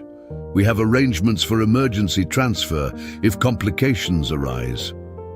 She made a note in the chart. For women in transitional situations, it often provides the best balance of safety and proper care. The deliberate vagueness of transitional situations was a kindness, allowing Elena her privacy while acknowledging the reality of her circumstances.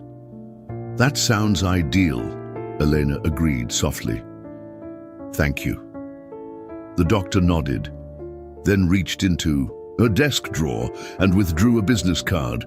"This is my personal cell number. When labor begins, call directly rather than going through the office. Day or night," another act of compassion, another small safety net being woven around her. As her pregnancy advanced, Elena's world both contracted and expanded in unexpected ways. The physical limitations of late pregnancy kept her closer to the cottage, yet her awareness of the natural world around her deepened. She noticed things she would have overlooked in her previous life. The family of deer that visited the garden at dawn, the changing patterns of stars overhead, the subtle shift in temperature that signaled approaching autumn. She began keeping a journal, documenting not just her physical changes, but her emotional evolution. Writing became both therapy and preparation, a way to process the trauma she'd endured and a record for her daughter someday, explaining the choices that had brought them to this place. "I want you to know," she wrote one evening as rain tapped gently against the cottage windows, "that I wasn't always strong. For too long, I mistook control for love, mistook silence for peace. I allowed myself to become smaller to accommodate someone else's need for power. But you changed everything. The moment I knew you existed, I found courage I didn't know I possessed. You saved me before I saved you." 3 weeks into her stay, the cottage received an unexpected visitor. Eleanor was preparing lunch when she heard a vehicle on the gravel drive, not the familiar sound of her contact's truck that came every Tuesday with fresh supplies. Heart racing, she moved to the window, positioning herself to see without being seen. A woman emerged from a modest sedan, older, gray-haired, carrying a wicker basket. Elena recognized her from the grocery store, the grandmother who worked the register on weekends. Instinctively, Elena moved toward the back door, prepared to use one of the escape routes Marcus had shown her. Then she paused, watching as the woman simply left the basket on the porch, returned to her car, and drove away. No attempt to knock or peer through windows, just the basket, left like an offering. After waiting a cautious 15 minutes, Eleanor ventured onto the porch. The basket contained fresh baked goods, a jar of homemade jam, a small bouquet of wildflowers, and a handwritten note. "From the Bodega Bay Women's Circle. When you're ready, we're here." The simple message brought tears to her eyes. Somehow, through some quiet network of observation and intuition, the women of this small coastal town had identified her situation and reached out in the most non-threatening way possible, offering connection without demanding explanation. That night, Elena called Marcus for the first time since their separation. "Is everything okay?" He answered immediately, voice tense with concern. "Yes," she assured him. "Everything's fine. The baby's doing well. She hesitated, unsure how to express what she was feeling. "The people here, they somehow know. Not the details, just that I'm hiding from something, and they're helping in small ways, protecting me without asking questions." Marcus was quiet for a moment. "Small towns can be like that," he said finally, "especially places where people still depend on each other to survive. They recognize when someone needs shelter." "How are you?" Elena asked, shifting the subject. "And Zoe?" "We're managing," he replied, though something in his tone suggested otherwise. "Zoe asks about you, in her way, draws pictures of the cottage, of quail families. And work?" Another hesitation. "It's been challenging. My boss wasn't thrilled about the unplanned time off. Hours got cut back." He cleared his throat. "But we're fine, truly." Elena closed her eyes, guilt washing over her. This man who had risked everything to help her was now paying a tangible price for his kindness. "Marcus," she began, but he interrupted. "Gently. Don't, please. It's temporary and worth it to know you're both safe." They spoke for a few minutes more. Careful conversation that avoided specifics, focused on well-being rather than details that might compromise either of them if the call was somehow monitored. Before hanging up, Elena found herself saying, "I miss you both," the truth of it surprising her with its intensity. "We miss you too," he replied softly. "Stay safe." As her due date approached, Elena felt a shift in her perspective. The immediate terror of Philip's attempt on her life had receded enough to allow strategic thinking about the future. She spent hours organizing the evidence she had managed to preserve. Photographs of injuries, carefully backed up to her plan was taking shape, not just escape, but justice. Once the baby was born safely, once she had recovered enough strength, she would connect with the lawyer Marcus had recommended. Not to hide indefinitely, but to fight back with the full force of truth. The baby seemed to sense her mother's renewed determination, becoming more active, more insistent in her movements. "Soon," Elena would whisper, placing her hand over a particularly vigorous kick.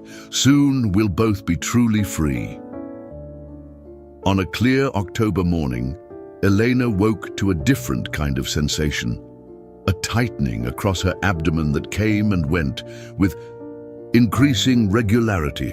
She had read enough to recognize early labor, to understand that her body was beginning the process that would bring her daughter into the world. With careful deliberation, she packed the small bag she had prepared for this moment. She called Dr. Rivera, speaking calmly about her symptoms.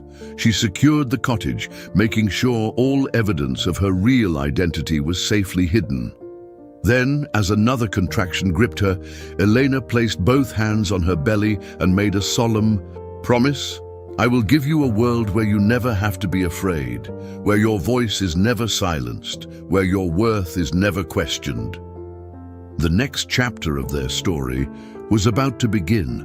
The birthing center was exactly as Dr. Rivera had described: intimate, calm, medical equipment present, but unobtrusive.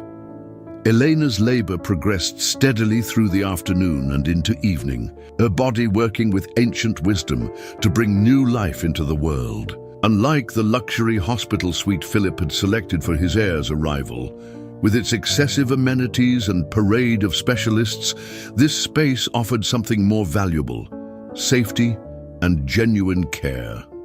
Dr. Rivera remained present throughout, her quiet competence a steadying force. A midwife named Lucia provided constant support, guiding Elena through each intensifying contraction with gentle encouragement. "You're doing beautifully," Lucia murmured as Elena paced the room, pausing to breathe through waves of pain. "Your body knows exactly what to do." As twilight settled over Bodega Bay, the contractions grew stronger, closer together.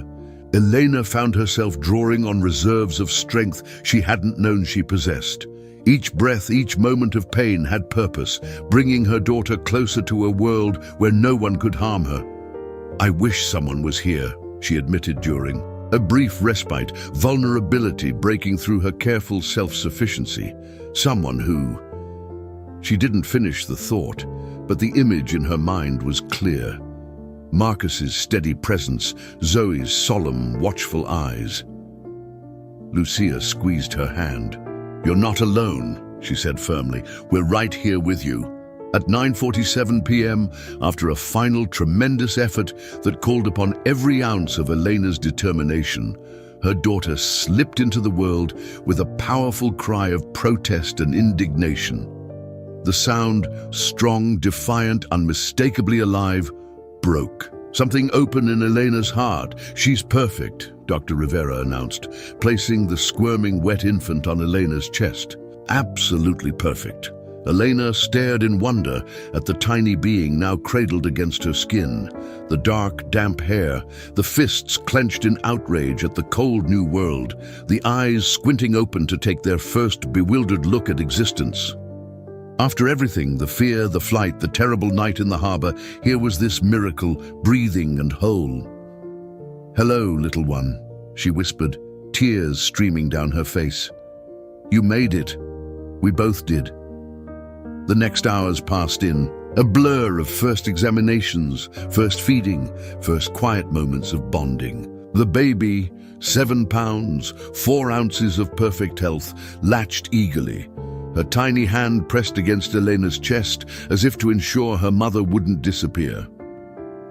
Dawn was breaking when Dr. Rivera returned for a final check before discharge. The careful protocols they had established meant minimizing time in any official facility, returning to the privacy of the cottage as soon as medically advisable.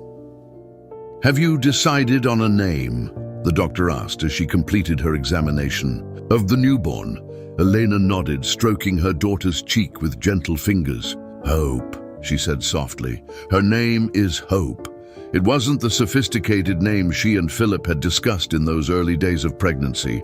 No family legacy, no strategic social advantage. Just the simple truth of what this child represented.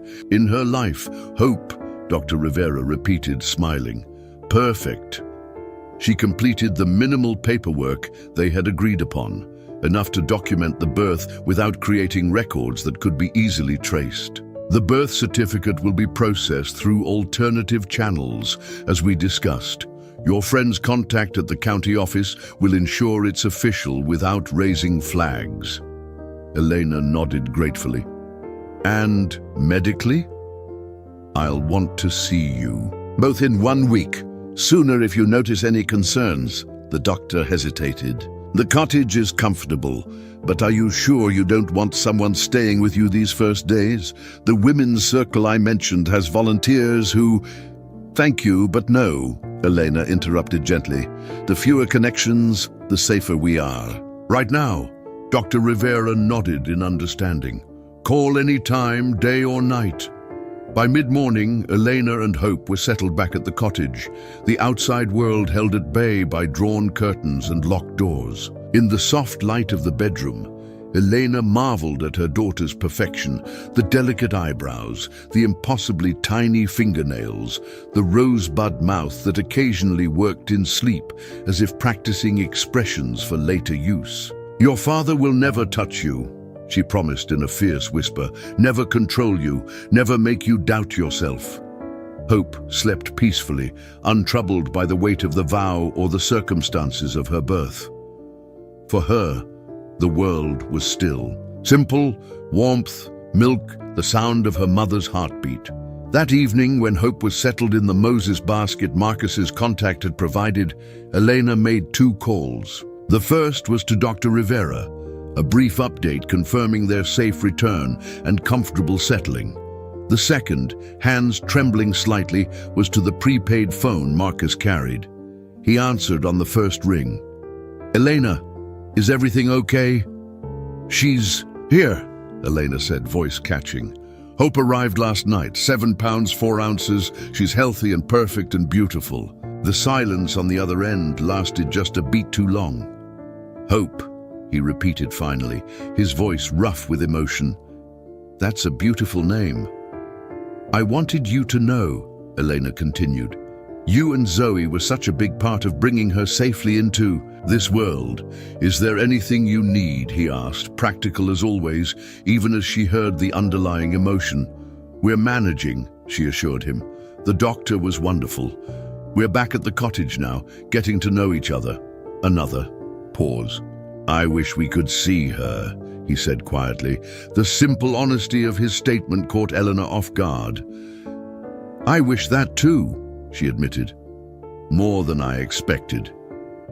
They talked a few minutes longer, careful conversation that shared joy while acknowledging the reality of their separation. Before they disconnected, Marcus said, "Tell Hope that her friends from the south send their love, and that there's a new drawing of a seahorse waiting for her wall." The days that followed established new rhythms, dictated by Hope's needs, feeding, changing, brief periods of alert curiosity, followed by deep newborn sleep. Elena marveled at how completely this tiny being commanded her world, how the universe had narrowed to the cottage walls, yet somehow expanded to contain infinite new emotions. Nights were the hardest. While Hope slept in her basket beside the bed, Elena found herself listening to every sound, startling at creaks in the old cottage's frame, imagining dangers lurking beyond the windows. Not just the specific threat of Philip, but the generalized vulnerability of new motherhood, the sudden, overwhelming responsibility for a life entirely dependent on her protection. 1 week after the birth, Dr. Rivera visited for a follow-up examination, pronouncing both mother and baby in excellent health. She brought with her a small package, the official birth certificate for Hope Sullivan, with Elena's alias, Rebecca Sullivan, listed as mother, father, unknown. The document represented both safety and sacrifice, protection for Hope, but erasure of her true identity. "It's temporary," Dr. Rivera reminded her gently, seeing Elena's complicated expression. "When the time is right, when it's safe, you can establish the truth." That night, cradling Hope during a late feeding, Elena made a decision. The evidence she had gathered against Philip was substantial, but not yet organized into the strongest possible case. With Hope's arrival, her motivation had sharpened, her determination crystallized. She would not spend her daughter's childhood looking over her shoulder, waiting for Philip to find them. She would not surrender Hope's future to fear. Instead, she would fight, strategically, methodically, publicly if necessary, to ensure their freedom permanently. The next morning, Eleanor called the lawyer Marcus had recommended, Catherine Zhang of Zhang and Associates in San Francisco, specializing in high-conflict divorce and protection cases. "I understand you're a friend of Marcus Calloway," she said when the call connected. "I need help with a complicated situation." The lawyer's voice was crisp, professional. "Mr. Calloway mentioned you might call. He spoke very highly of your situation, though he was deliberately vague on details." "For good reason," Elena replied. "My name is Elena Westbrook. According to current news reports, I drowned in Newport Harbor 2 months ago. But 2 months ago.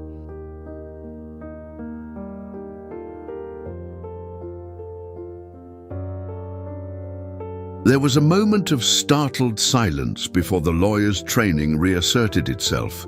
"I see," she said carefully. "And the person who reported your drowning would be my husband, Philip Westbrook, who pushed me off his yacht after discovering I planned to leave him and expose his abuse." Another pause. "Mrs. Westbrook, these are extremely serious allegations against a very powerful individual. Before we continue, I need to be certain you understand the ramifications of pursuing this matter." Eleanor looked down at Hope, sleeping peacefully in her arms, unaware of the momentous conversation taking place. "I understand completely," she said firmly. "I'm not just fighting for myself anymore. I have evidence. documented abuse, financial crimes, witness statements, and I have a newborn daughter who deserves a life without fear. A daughter? Zhang's voice softened slightly. That changes the legal landscape considerably. Her name is Hope, Elena said, and she's why I can't stay hidden forever.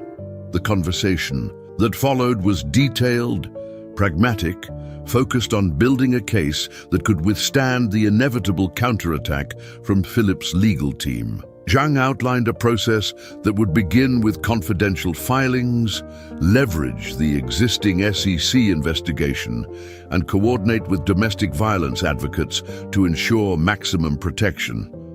This won't be quick, the lawyer cautioned, and it certainly won't be easy. Mr. Westbrook will use every resource at his disposal. I understand, Eleanor replied. I'm prepared for whatever comes next. As she ended the call, Eleanor felt something shift within her, fear giving way to purpose, victimhood transforming into advocacy. The path ahead would be difficult, perhaps dangerous, but for the first time since fleeing Newport, she was moving forward rather than simply hiding. Hope stirred in her arms, tiny fists stretching in a perfect yawn before settling back to sleep. Elena pressed a gentle kiss to her daughter's forehead. The hard part is just beginning, she whispered, but so is everything good. November brought storms to the California coast, fierce winds that bent the pines around the cottage and drove rain against the windows in relentless sheets. Hope thrived despite the tumult, growing stronger daily, her personality emerging. In small, distinct ways, the serious concentration when she nursed, the way her eyes tracked light and movement, her preference for being carried facing outward to observe the world. Elena and Catherine Zhang had established a secure communication system, exchanging information through encrypted channels as they built their case against Philip. The lawyer's initial skepticism had transformed into determined advocacy as she reviewed Elena's evidence. Photos documenting physical abuse, recordings of threats, financial records showing systematic fraud. We're making progress, Zhang reported during their weekly call. The SEC investigation has expanded based on the information you provided. 2 former employees have come forward with corroborating testimony. And security? Elena asked. Her primary concern was always Hope's safety. Still no indication that Westbrook suspects you survived, Zhang assured her. The private investigator he hired to find closure focused on recovery efforts in the harbor, then expanded to nearby coastal areas. No sign they're looking at Northern California. This careful progress brought Elena both relief and increased tension. The case was building, but each step toward justice was also a step toward inevitable confrontation. Some days, watching Hope sleep peacefully in her basket, Elena questioned her decision to fight rather than simply disappear with her daughter into a new identity. But then she would remember Philip's cold calculation as he pushed her overboard, his absolute certainty that his wealth and power placed him above consequences, and her resolve would harden again. On a particularly wild Thursday evening, as rain lashed the cottage and wind howled through the pines, Eleanor was settling Hope after a feeding when she heard an unexpected sound beneath the storm's chaos. Tires on the gravel drive. Her heart raced as she quickly placed Hope in her basket and moved to the window, peering carefully through the edge of the curtain. A familiar SUV was making its way toward the cottage, headlights cutting through the rain. For a moment, Elena couldn't process what she was seeing. It seemed impossible, a hallucination born of loneliness. Then the vehicle stopped, and 2 figures emerged, hunched against the downpour. Marcus, she whispered, disbelieving. Zoe. Elena flung open the door just as they reached the porch, rain blowing sideways into the cottage. What are you doing here? She gasped. Is everything okay? They hurried inside, dripping on the entryway floor, Marcus looking exhausted, Zoe solemn but with bright, eager eyes scanning the room. "I'm sorry for not calling first," Marcus said, helping Zoe out of her raincoat. "But things happened quickly. We needed to move." His expression was grim despite the warmth in his eyes at seeing her. "What things?" Elena asked, alarm rising. "What happened?" Marcus ran a hand through his wet hair. "Two men came asking questions at the marina. Not police, private. They had photos of you from the night you..." He hesitated. "The night you fell." Asked if anyone remembered disturbances, unusual activity. He met her gaze directly. "They specifically asked about residents with small boats who might have been out late." Elena felt ice form in her veins. "They suspect I survived." "They're exploring the possibility," Marcus confirmed. "So far, it seems routine, covering all bases in an ongoing investigation." But it felt too close. He glanced toward the bedroom, where Hope's basket was visible. "Is that..." Elena's tension momentarily gave way to something warmer. "Yes, that's Hope." She motioned them forward. "Come meet her." Zoe moved first, approaching the sleeping infant with an expression of wonder. She stood perfectly still beside the basket, studying the tiny features with intense concentration. After a long moment, she pulled a folded paper from her pocket and carefully placed it beside Hope. A drawing of a seahorse, more detailed than the first one she'd made. "She remembered," Elena whispered, emotion tightening her throat. Marcus hung back slightly, but his eyes were fixed on the newborn.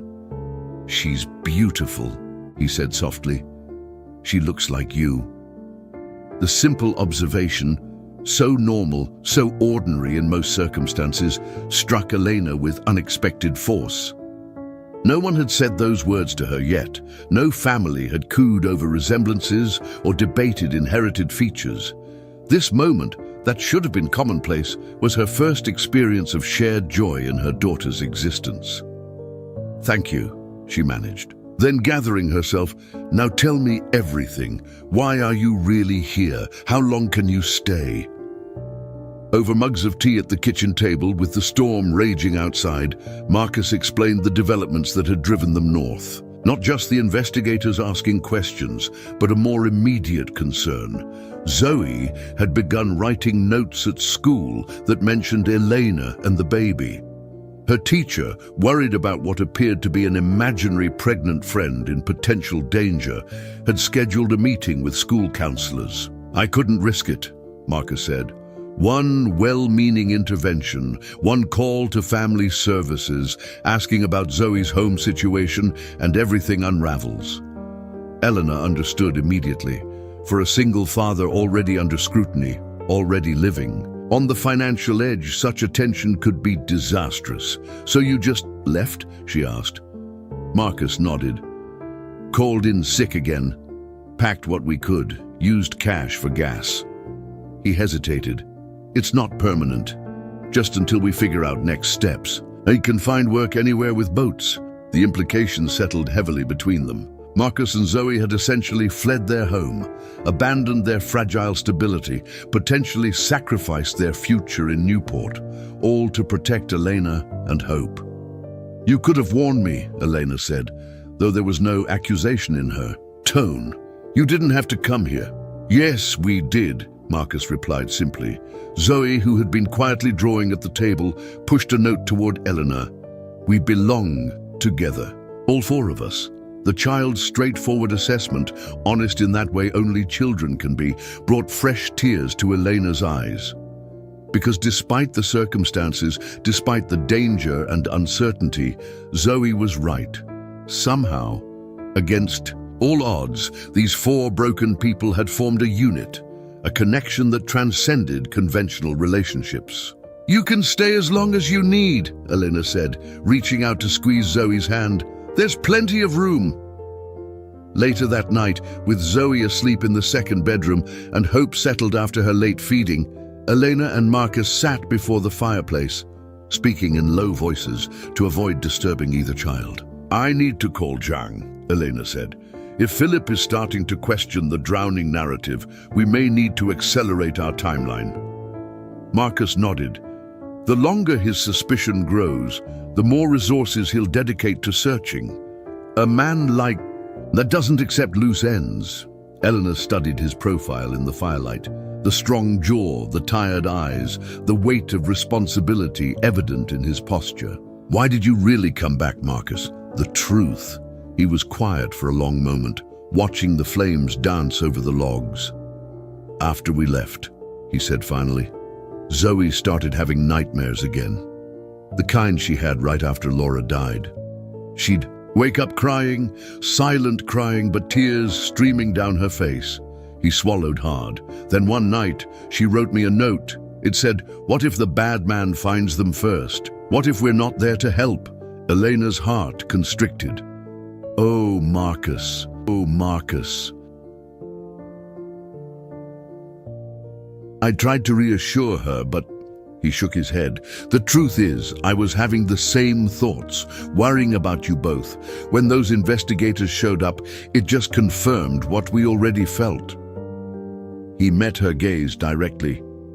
We couldn't stay away, not when things might be closing in, not when you might need us. The simple admission, free of artifice or calculation, moved her deeply. This man, who had already sacrificed so much, had chosen to risk everything again, not out of obligation, but out of genuine care. I'm glad you're here, she whispered. Both of you. I missed you more than I realized. Something shifted in his expression, a softening that might have led to more if Hope hadn't chosen that moment to wake with a hungry cry. The interruption broke the intensity of the moment, returning them to the practical realities of their situation. Get some rest, Elena said, rising to tend to her daughter. Tomorrow we'll figure out what comes next. As she fed Hope in the quiet darkness of her room, Elena felt the cottage transform around her, from sanctuary to something more complex, more complete. The addition of Marcus and Zoe changed everything, introducing new variables, new risks, but also new possibilities. For the first time since fleeing Newport, Eleanor allowed herself to imagine a future that included not just safety and justice, but genuine connection. A future where Hope would have not only a mother's fierce protection, but also the quiet strength of a man like Marcus and the solemn loyalty of a child like Zoe. It was a dangerous hope, perhaps, fragile as a seahorse drawn on paper, vulnerable to the storms still gathering on their horizon. But as rain continued to lash the cottage and wind howled through the pines, the four unlikely allies slept under one roof, united by choice rather than circumstance, stronger together than apart. Outside, the storm would eventually pass. The larger tempest of Philip's inevitable discovery and rage still loomed, but for tonight at least, they had found harbor. Spring came to Bodega Bay with gentle persistence, wildflowers pushing through rocky soil, fog retreating earlier. Each morning, sunlight lingering longer each evening. Hope, now 5 months old, blossomed with the season.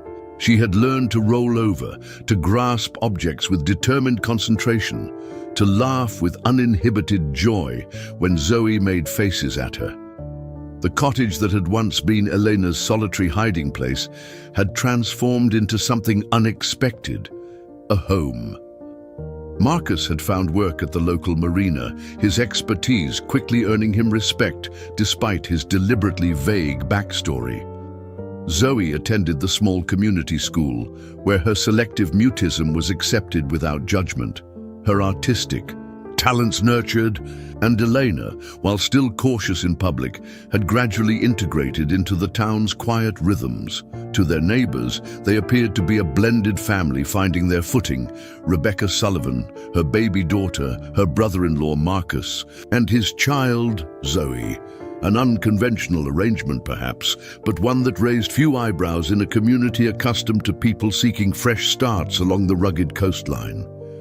Behind closed doors, the reality was more complex. Catherine Zhang had been methodically building their case against Philip, gathering testimonies from former employees, documenting financial misconduct, creating a narrative that would withstand his inevitable counterattack. "We're ready," the lawyer announced during a secure video call one clear April morning. "The SEC is prepared to move forward with securities fraud charges based on the evidence you provided. I've coordinated with the Domestic Violence Coalition to ensure your safety protocols are in place. All we need now is your decision to proceed." Elena glanced toward the garden visible through the window, where Marcus was showing Hope a butterfly that had landed on a lavender bush. Zoe sat nearby, sketching the scene with her usual intense focus. "What happens when we file?"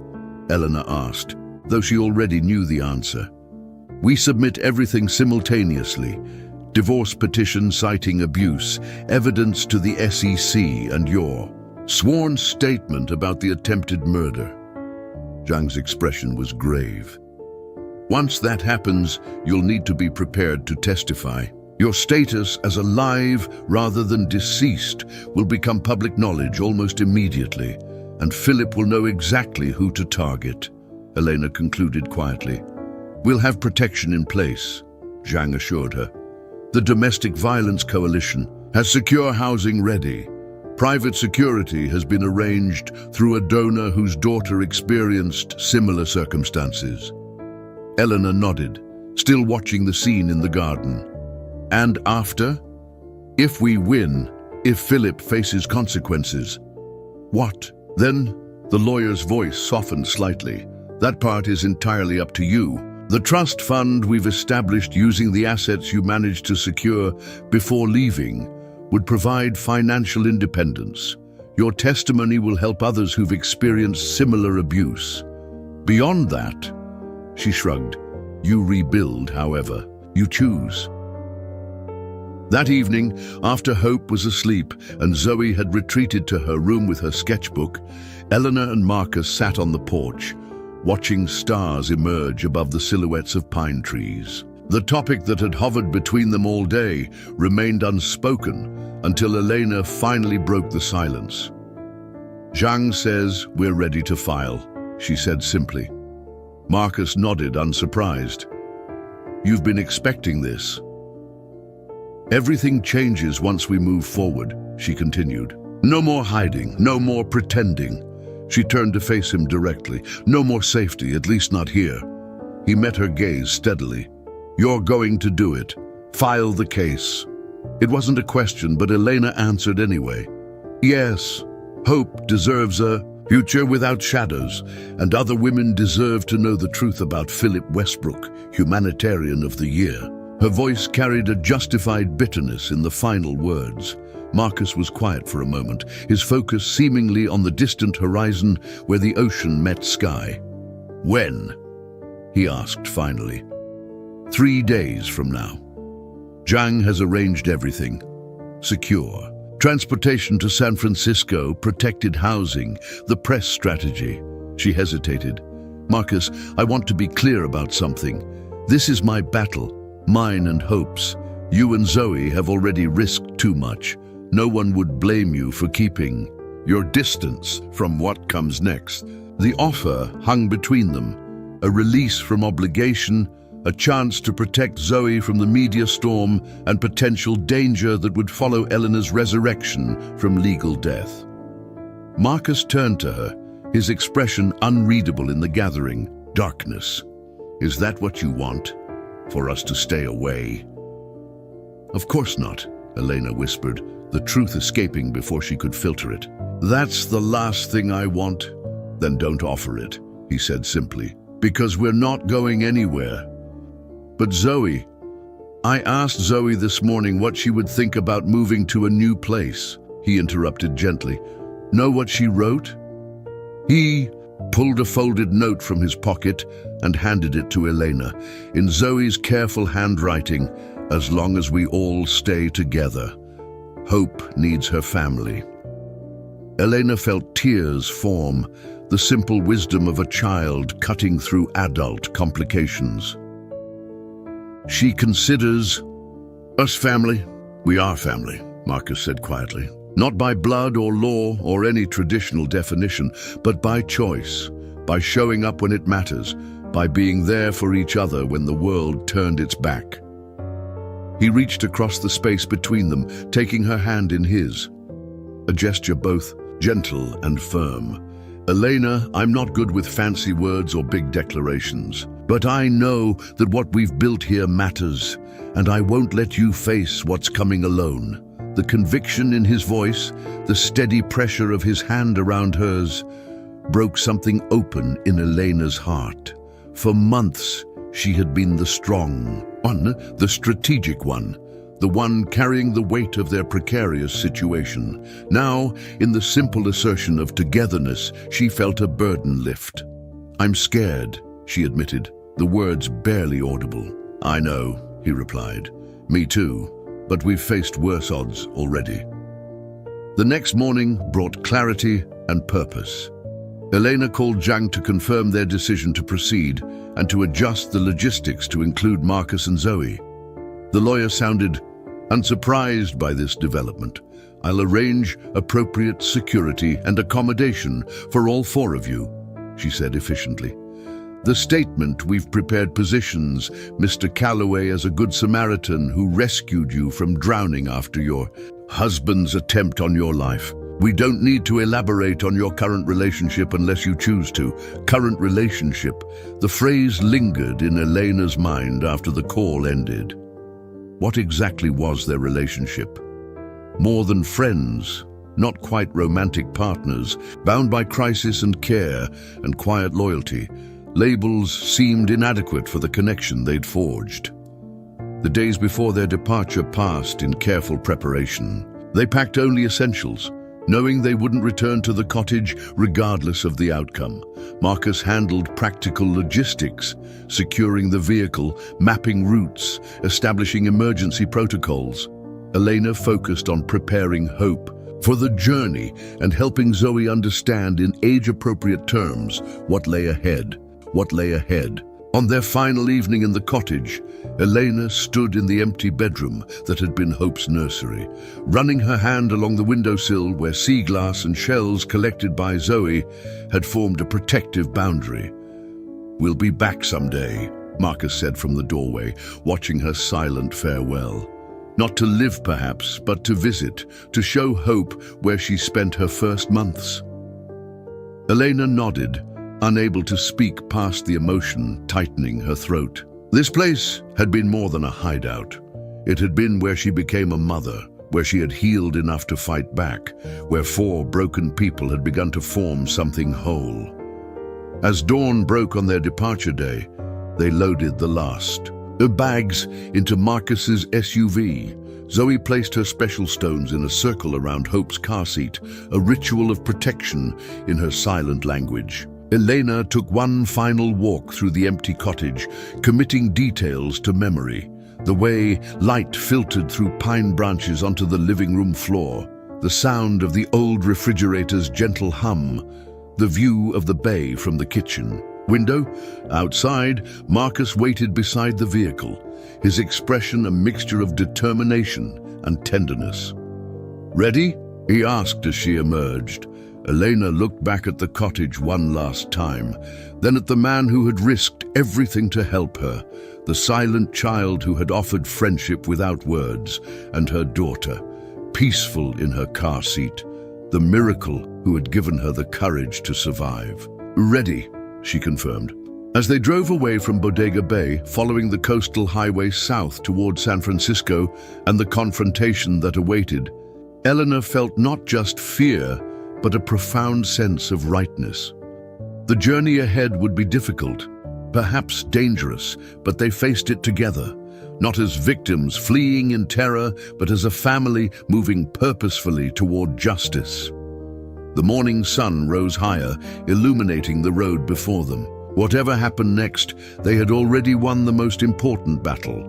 They had created something beautiful from the wreckage of their broken pasts, something worth fighting for, something that felt remarkably like home.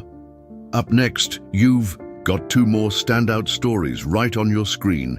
If this one hit the mark, you won't want to pass these up. Just click and check them out. And don't forget to subscribe and turn on the notification bell so you don't miss any upload from us.